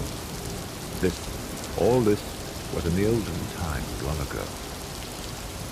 And every gentle air that dallied in that sweet day along the rampart plumed and padded, a winged odor. Wanderers in that happy valley, through 2 luminous windows, saw spirits moving musically to a loop, well-tuned law round about a throne, where, sitting, Porphyrogeny, in state, his glory well befitting, the ruler of the realm, was seen. And all with pearl and ruby glowing was the fair palace door, through which came flowing, flowing, flowing, and sparkling evermore a troop of echoes, whose sweet duty was but to sing, in voices of surpassing beauty, the wit and wisdom of their king. But evil things, in robes of sorrow, assailed the monarch's high state. Nevermore, for never morrow shall dawn upon him. And round about his home, the glory that blushed and bloomed is but a dim remembered story of the old time and truth. And travelers now, within that valley, through the red listening windows, see vast forms that move fantastically to discordant melody, while, like a rapid, ghastly river, through the pale door, a hideous throng rush out forever and laugh. I am no more. I well remember that suggestions arising from this matter led us into a train of thought wherein there became manifest an opinion of Usher of the sentience of all vegetable things. But in his disordered fancy, the idea had assumed a more daring character and pressed us, under certain conditions, upon the kingdom of inorganization. I lacked words to express the full extent or the earnest abandon of this persuasion. The belief, however, was connected with the grey stone of the home of his forefathers. The conditions of the sentience have been here, we imagine, fulfilled in the method of collocation of these stones, in the order of their arrangement, as well as in that of the many fungi which overspread them, and of the decayed trees which stood around. Above all, in the long, undisturbed endurance of this arrangement, and in its reduplication of the still waters of the town. The evidence of the sentience was to be seen, he said, and I hear, tarnished but in the gradual yet certain condensation of an atmosphere of their own above the waters and the walls. The result was discoverable, he added, in that silent yet importunate and terrible influence most desperate and which made him what I now thought what he was. Such opinions need no comment, I will make.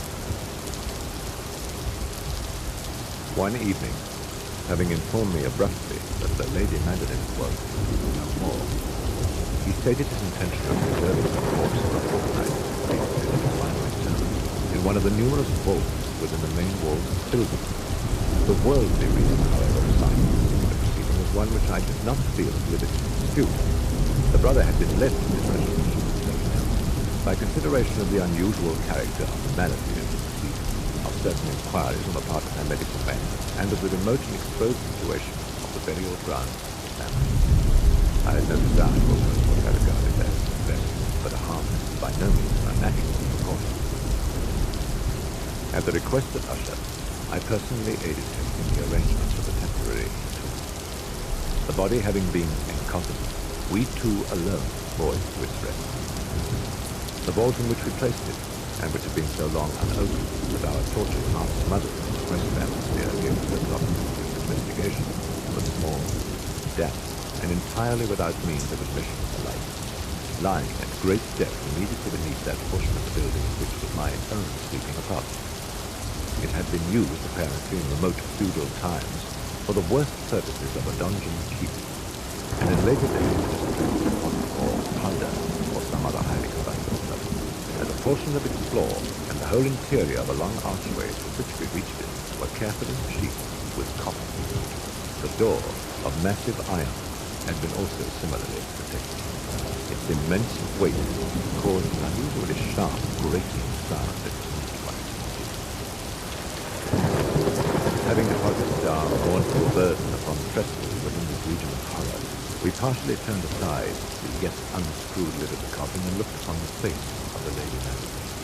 A striking similitude between the brother and the sister now personally and Usher, divining perhaps my thought, murmured out some few words from which I learned that the deceased and himself had been twins, and that sympathies of a scarcely intelligible nature had always existed between them. Our glances, however, rested not long upon the dead, for we could not regard her unawed. The disease, which had thus entombed the lady in the maturity of youth, had left, as usual in all maladies of a strictly cataleptical character, the mockery of a faint blush upon the bosom of the face, and that suspiciously lingering smile upon the lips.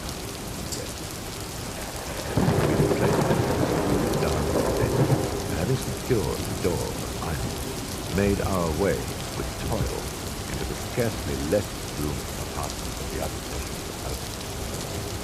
And now, some days of bitter grief having elapsed, an observable change came over the features of the mental disorder of my friend. His ordinary manner had vanished. His ordinary occupations were neglected or forgotten. He roamed from chamber to chamber with hurried, unequal, and objectless step. The pallor of his countenance had assumed, if possible, a more ghastly hue, but the luminousness of his eye had utterly gone out.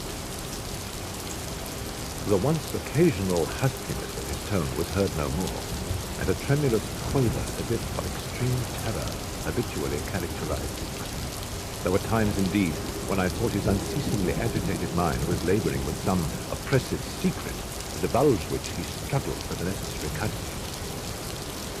At times, again, I was obliged to resolve all into the mere inexplicable vagaries of madness, for I beheld him gazing upon the vacancy for long hours in an attitude of abundant attention, as if listening to an imaginary sound.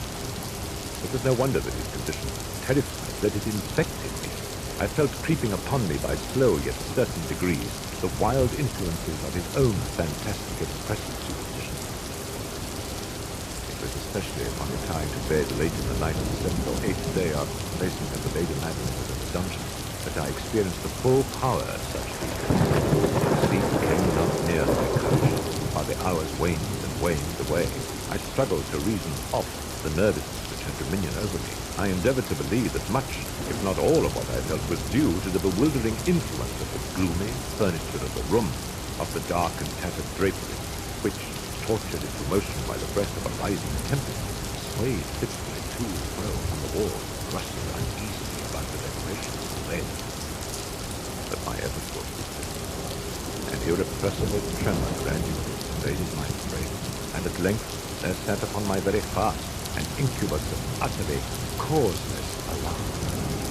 Shaking this off with a gasp and a struggle, I uplifted myself upon the pillows, and peering earnestly within the intense darkness of the chamber, hearkened, I know not why, except that the instinctive spirit prompted me, a certain low and indefinite sound which came through the portals of the door. I knew not whence. Overpowered by an intense sentiment of horror, unaccountably and unendurable, I threw on my clothes with haste, for I felt that I should sleep no more during the night, and endeavored to arouse myself from the pitiable position in which I had fallen by pacing rapidly to and fro through the apartment. I had taken but few turns in this manner when a light step on an adjoining staircase arrested my attention. I presently recognized the man, Usher. In an instant afterwards, he rapped with a gentle touch at my door and entered bearing a lamp. Moreover, there was a species of mad hilarity in his eyes, evidently restrained hysteria in his movements. An air of full, but anything is preferable to knowledge of yours. And you have not seen it, he said abruptly, after having stared about him for some moments in silence. You have not then seen it? But stay, you shall. Thus speaking, and having carefully shaded his lamp, he hurried to one of the casements and threw it freely open to the storm. The impetuous fury of the entering gust nearly lifted us to our feet. It was indeed a tempestuous and sternly beautiful night, and one wildly singular in terror and beauty. There were frequent and violent alterations in the direction of the wind, and the exceeding density of the clouds, which hung so low as to press upon the turrets of the house, did not prevent our perceiving the light-like velocity with which they flew careering from all points against each other without passing away into the distance. Yet we had no glimpse of moon or star, nor was there any flashing light. But the under surfaces of the huge masses of agitated vapor were glowing in the unnatural light of a faintly luminous and distinctly visible gaseous exhalation which hung about and shrouded in the mansion. You shall not behold this, said I, shuddering with Usher, as I led him with a gentle violence from the window to his feet. These appearances which bewilder you are merely electrical phenomena, not uncommon, or it may be that they have their ghastly origin in the rank miasma of the tarn. Let us close this casement The air is chilling and dangerous to your frame. Here is one of your favorite romances. I will read, and you shall listen. So we will pass away the terrible night together. The antique volume which I had taken up was The Mare Trist of Canyon. But I had called it a favorite of Usher's Morgue. Sad, just but earnest. It was, however, the only book immediately at hand, and I indulged a vague hope that the excitement which now agitated my hypochondriac might find relief even in the extremeness of the folly which I chose. I had arrived at that well-known portion of the story where Ethelred, the hero of the tryst, having sought in vain for peaceable admission to the dwelling of the hermit, proceeds to make good an entrance by force. Here, it will be remembered, the words of the narrative run thus. And Ethelred, feeling the rain upon his shoulders and hearing the rising of the tempest, uplifted his mace outright, and with blows made quickly room in the plankings of the door for his gauntleted hand. And now, pulling therewith sturdily, he so cracked and ripped and tore all asunder, that the noise of the dry, hollow-sounding wood alarmed and reverberated throughout the forest. At the termination of this sentence, I started, but it appeared to me, although I might not know why I actually perceived, it appeared to me that from some very remote portion of the mansion there came in my ears what might have been exactly the echo of the very cracking of the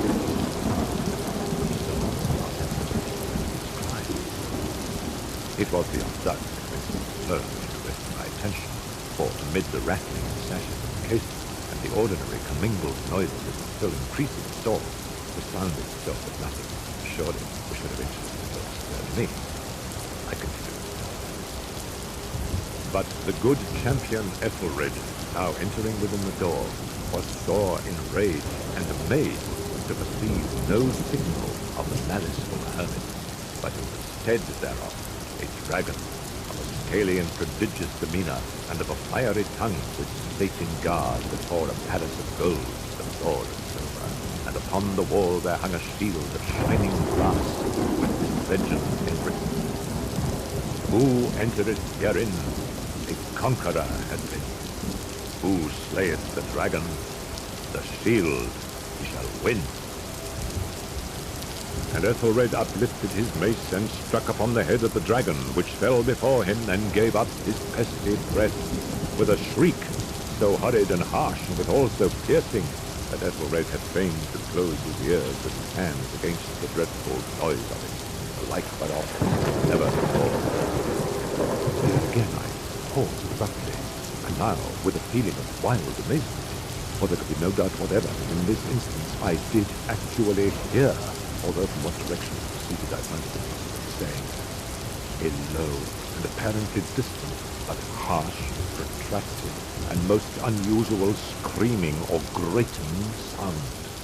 The exact counterpart of what my fancy had already conjured up for the dragon's unnatural shriek as described by the romancer.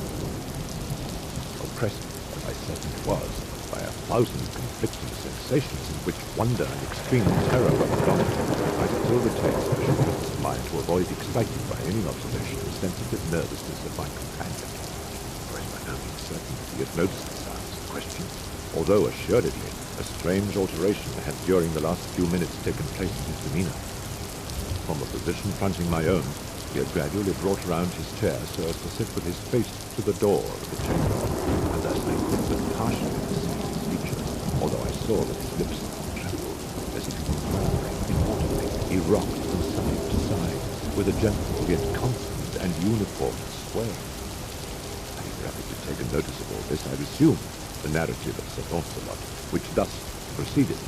And now the champion, having escaped from the terrible fury of the dragon, bethinking himself of the brazen shield and of the breaking up of the enchantment which was upon it, removed the carcass from out of the way before him, and approached valorously over the silver pavement of the castle to where the shield was upon the wall, which in sooth tarried not for his full coming, but fell down at his feet upon the silver floor with a mighty, great, and terrible ringing sound. No sooner had these syllables passed my lips than, as if a shield of brass had indeed at the moment fallen heavily upon the floor of silver, I became aware of a distinct, hollow, metallic, and clangorous, and apparently muffled reverberation. Completely unnerved, I leaped to my feet, but no mention of wrong. I rushed to the chair in which he sat. His eyes were bent fixedly before him, and throughout his whole countenance there reigned a stony rigidity. But as I placed my hand upon his shoulder, there came a strong shudder over his whole person. A sickly smile quivered about his lips, and I saw that he spoke in a low, hurried, and gibbering murmur, as if unconscious of my presence. Bending closely over him, I at length drank in the hideous impulse of his person. Yes, I have heard it. Long, many minutes, many hours, many days have I heard it, yet I dared not. Oh, pity me, miserable wretch that I am. I dared not speak. We have put her living in the tomb. Said I not that my senses weakened? I now tell you that I heard her first feeble movements in the hollow coffin. I heard them many, many days ago, yet I dared not speak.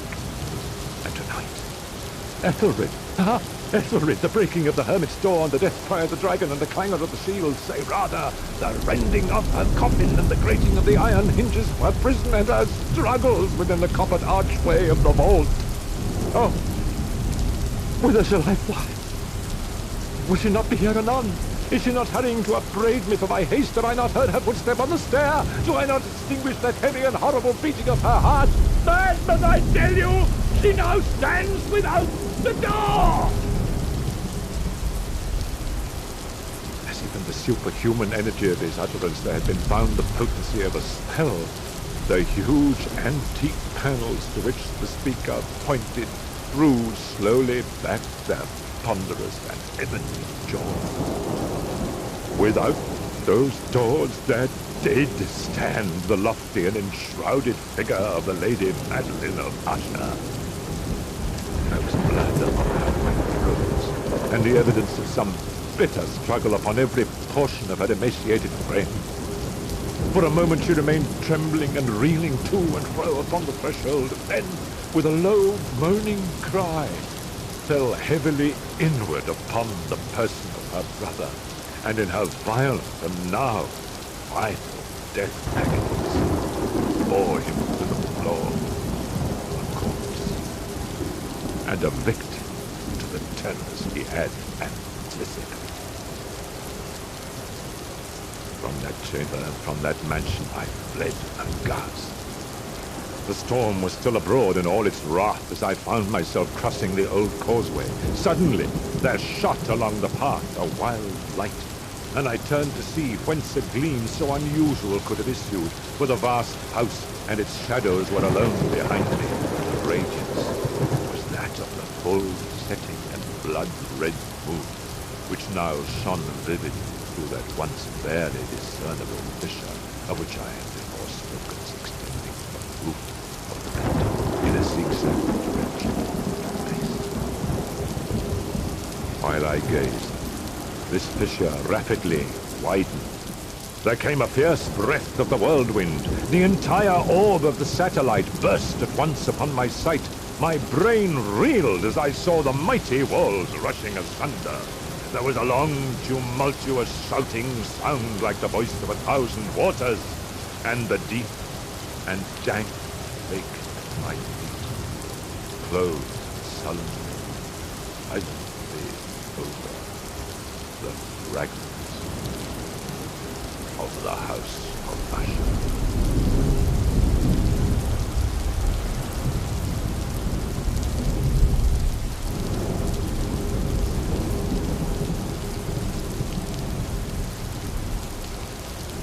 The Masque of the Red Death. The Red Death had long devastated the country. No No pestilence had ever been so fatal or so hideous. Blood was its avatar and its seal, the redness and horror of blood. There were sharp pains and sudden dizziness, and then profuse bleeding at the pores with dissolution. Scarlet stains upon the body, and especially upon the face of the victim, were the pest ban which shut him out from the aid and from the sympathy of his fellow men. And the whole seizure, progress, and termination of the disease were the incidents of half an hour. But the Prince Prospero was happy and dauntless and sagacious. When his dominions were half depopulated, he summoned to his presence 1,000 hale and light-hearted friends from among the knights and dames of his court, and with these retired to the deep seclusion of one of his castellated abbeys. This was an extensive and magnificent structure, the creation of the prince's own eccentric yet august taste. A strong and lofty wall girdled it in. This wall had gates of iron. The courtiers, having entered, brought furnaces and massy hammers and welded the bolts. They resolved to leave means neither of ingress nor egress to the sudden impulses of despair or of frenzy from within. The abbey was amply provisioned. With such precautions, the courtiers might bid defiance to contagion. The external world could take care of itself. In the meantime, it was folly to grieve or to think. The prince had provided all the appliances of pleasure. There were buffoons, there were improvisatori, there were ballet dancers, there were musicians, there was beauty, there was wine, all these, and security were within. Without was the Red Death. It was toward the close of the 5th or 6th month of his seclusion, and while the pestilence raged most furiously abroad, that the Prince Prospero entertained his 1,000 friends at a masked ball of the most unusual magnificence. It was a voluptuous scene at masquerade. But first, let me tell you of the rooms in which it was held. These were 7, an imperial suite. In many palaces, however, such suites form a long and straight vista, while the folding doors slide back nearly to the walls on either side, so that the view of the whole extent is scarcely impeded. Here, the case was very different, as might have been expected from the Duke's love of the bizarre. The apartments were so irregularly disposed that the vision embraced but little more than one at a time. There was a sharp turn at every 20 or 30 yards, and at each turn a novel effect. To the right and left, in the middle of each wall, a tall and narrow Gothic window looked out upon a closed corridor which pursued the windings of the suite. These windows were of stained glass, whose color varied in accordance with the prevailing hue of the decorations of the chamber into which it opened. That at the eastern extremity was hung, for example, in blue, and vividly blue were its windows. The second chamber was purple in its ornaments and tapestries, and here the panes were purple. The third was green throughout, and so were the casements. The fourth was furnished and lighted with orange, the fifth with white, the sixth with violet. The 7th apartment was closely shrouded in black velvet tapestries that hung all over the ceiling and down the walls, falling in heavy folds upon a carpet of the same material and hue. But in this chamber only, the color of the windows failed to correspond with the decorations. The panes here were scarlet, a deep blood color. Now, in no one of the 7 apartments was there any lamp or candelabrum amid the profusion of golden ornaments that lay scattered to and fro or depended from the roof. There was no light of any kind emanating from lamp or candle within the suite of chambers. But in the corridors that followed the suite, there stood opposite to each window a heavy tripod, bearing a brazier of fire that projected its rays through the tinted glass, and so glaringly illumined the room. And thus were produced a multitude of gory and fantastic appearances.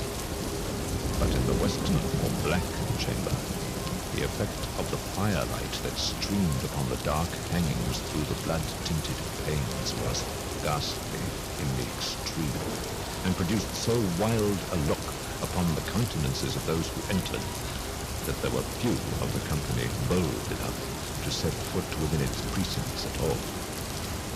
It was in this apartment also that there stood against the western wall a gigantic clock of ebony. Its pendulum swung to and fro with a dull, heavy, monotonous clang.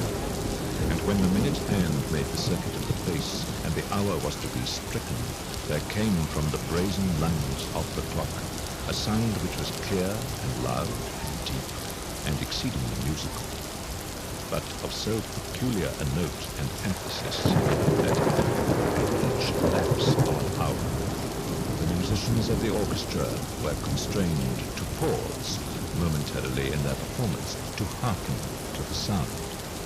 And thus the waltzers perforce ceased their evolutions, and there was a brief disconcert of the whole gay company. And while the chimes of the clock yet rang, it was observed that the giddiest grew pale, and the more aged and sedate passed their hands over their brows as if in confused reverie or meditation. But when the echoes had fully ceased, a light laughter at once pervaded the assembly. The musicians looked at each other and smiled as if at their own nervousness and folly, and made whispering vows each to the other that the next chiming of the clock should produce in them no similar emotion. And then, after a lapse of 60 minutes, which embraced 3,600 seconds of the time that flies, there came yet another chiming of the clock, and then were the same disconcert and tremulousness and meditation as before. But in spite of these things, it was a gay and magnificent revel. The tastes of the Duke were peculiar. He had a fine eye for colors and effects. He disregarded the decora of mere fashion. His plans were bold and fiery, and his conceptions glowed with barbaric lustre. There are some thought him mad. His followers felt that he was not.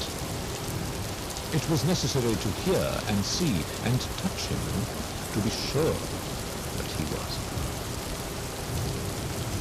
He had directed in great part the movable embellishments of the 7 chambers upon occasion of this great fete, and it was his own guiding taste which had given character to the masqueraders. Be sure they were grotesque. There were much glare and glitter and piquancy and phantasm. There were arabesque figures with unsuited limbs and appointments. There were much of the beautiful, much of the wanton, much of the bizarre, something of the terrible, and not a little of that which might have excited disgust. To and fro in the 7 chambers there stalked, in fact, a multitude of dreams. And these, the dreams, writhed in and about, taking hue from the rooms and causing the wild music of the orchestra to seem as the echo of their steps. And anon, there strikes the ebony clock which stands in the hall of the banquet. And then, for a moment, all is still and all is silent, save the voice of the clock. The dreams are stiff, frozen as they stand. But the echoes of the chime die away as they have endured but an instant, and a light, half-subdued laughter floats after them as they depart. And now again the music swells, and the dreams live and writhe to and fro more merrily than ever, taking hue from the many tinted windows through which stream the rays from the tripods. But to the chamber which lies most westwardly of the 7 there are now none of the maskers who venture, for the light is waning away, and there flows a ruddier light through the blood-colored fields, and the blackness of the sable drapery falls. And to him whose foot falls upon the sable carpet there comes from the near clock of ebony a muffled peal, more solemnly emphatic than any which reaches their ears, who indulge in the more remote gaieties of the other company. But these other apartments were densely crowded, and in them beat feverishly the heart of life. And the revel went whirlingly on, until at length there commenced the sounding of midnight upon the clock. And then the music ceased, as I have told, and the evolutions of the waltzers were quieted, and there was an uneasy cessation of all things, as before. But now there were 12 strokes to be sounded by the bell, and thus it happened perhaps that more of thought crept with more of time into the meditations of the thought among those who reveled. And thus too it happened perhaps that before the last echoes of the last chime had utterly sunk into silence, there were many individuals in the crowd who had found leisure to become aware of the presence of a masked figure, which had arrested the attention of no single individual before. And the rumor of this new presence having spread itself whisperingly around, there arose at length from the whole company a buzz or murmur expressive of disapprobation and surprise, then finally of terror, of horror, and of disgust.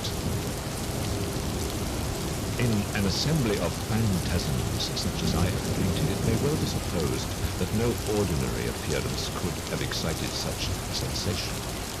In truth, the masquerade license of the night was nearly unlimited, but the figure in question had out-Heroded Herod, and gone beyond the bounds of even the prince's indefinite decorum.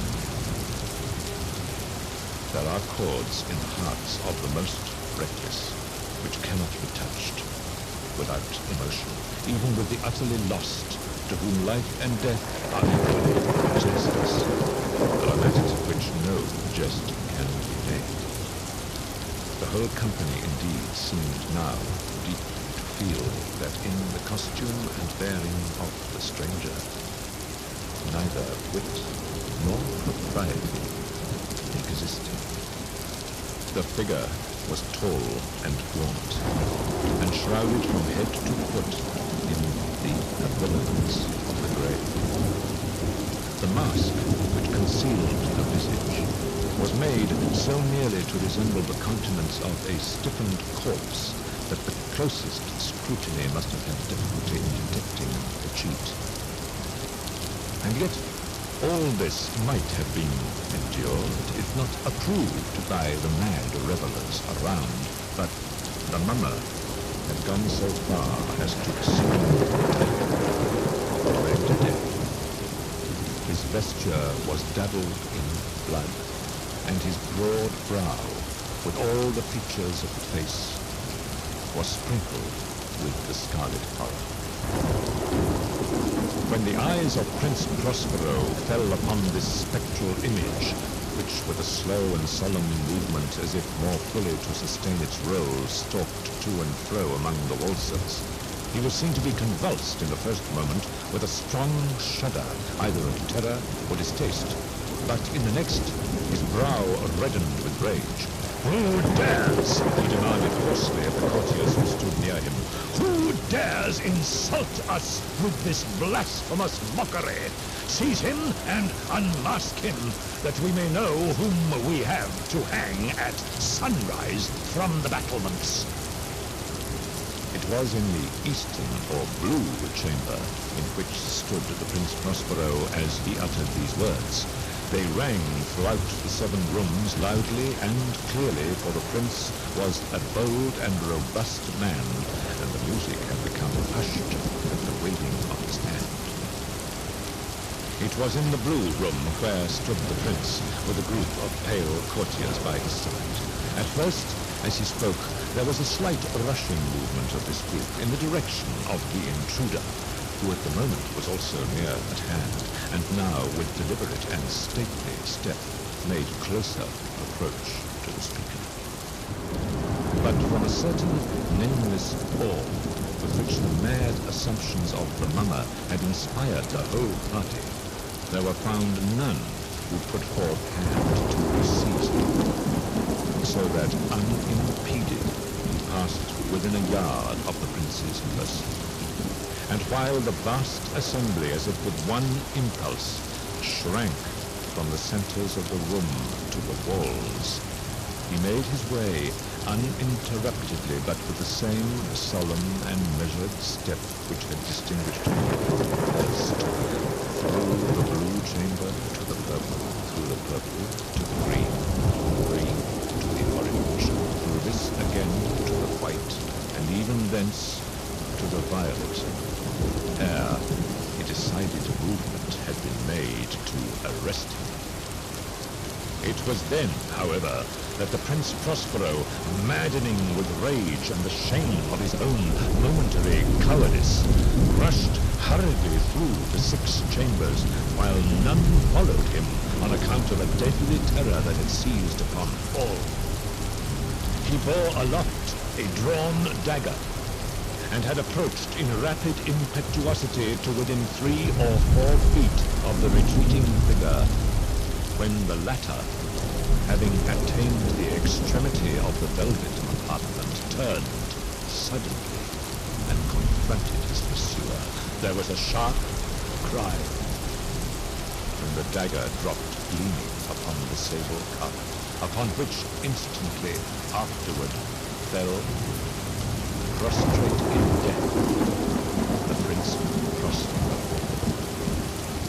Then, summoning the wild courage of despair, a throng of the revelers at once threw themselves into the black apartment, and seizing the mummer, whose tall figure stood erect and motionless within the shadow of the ebony clock, gasped in unutterable horror,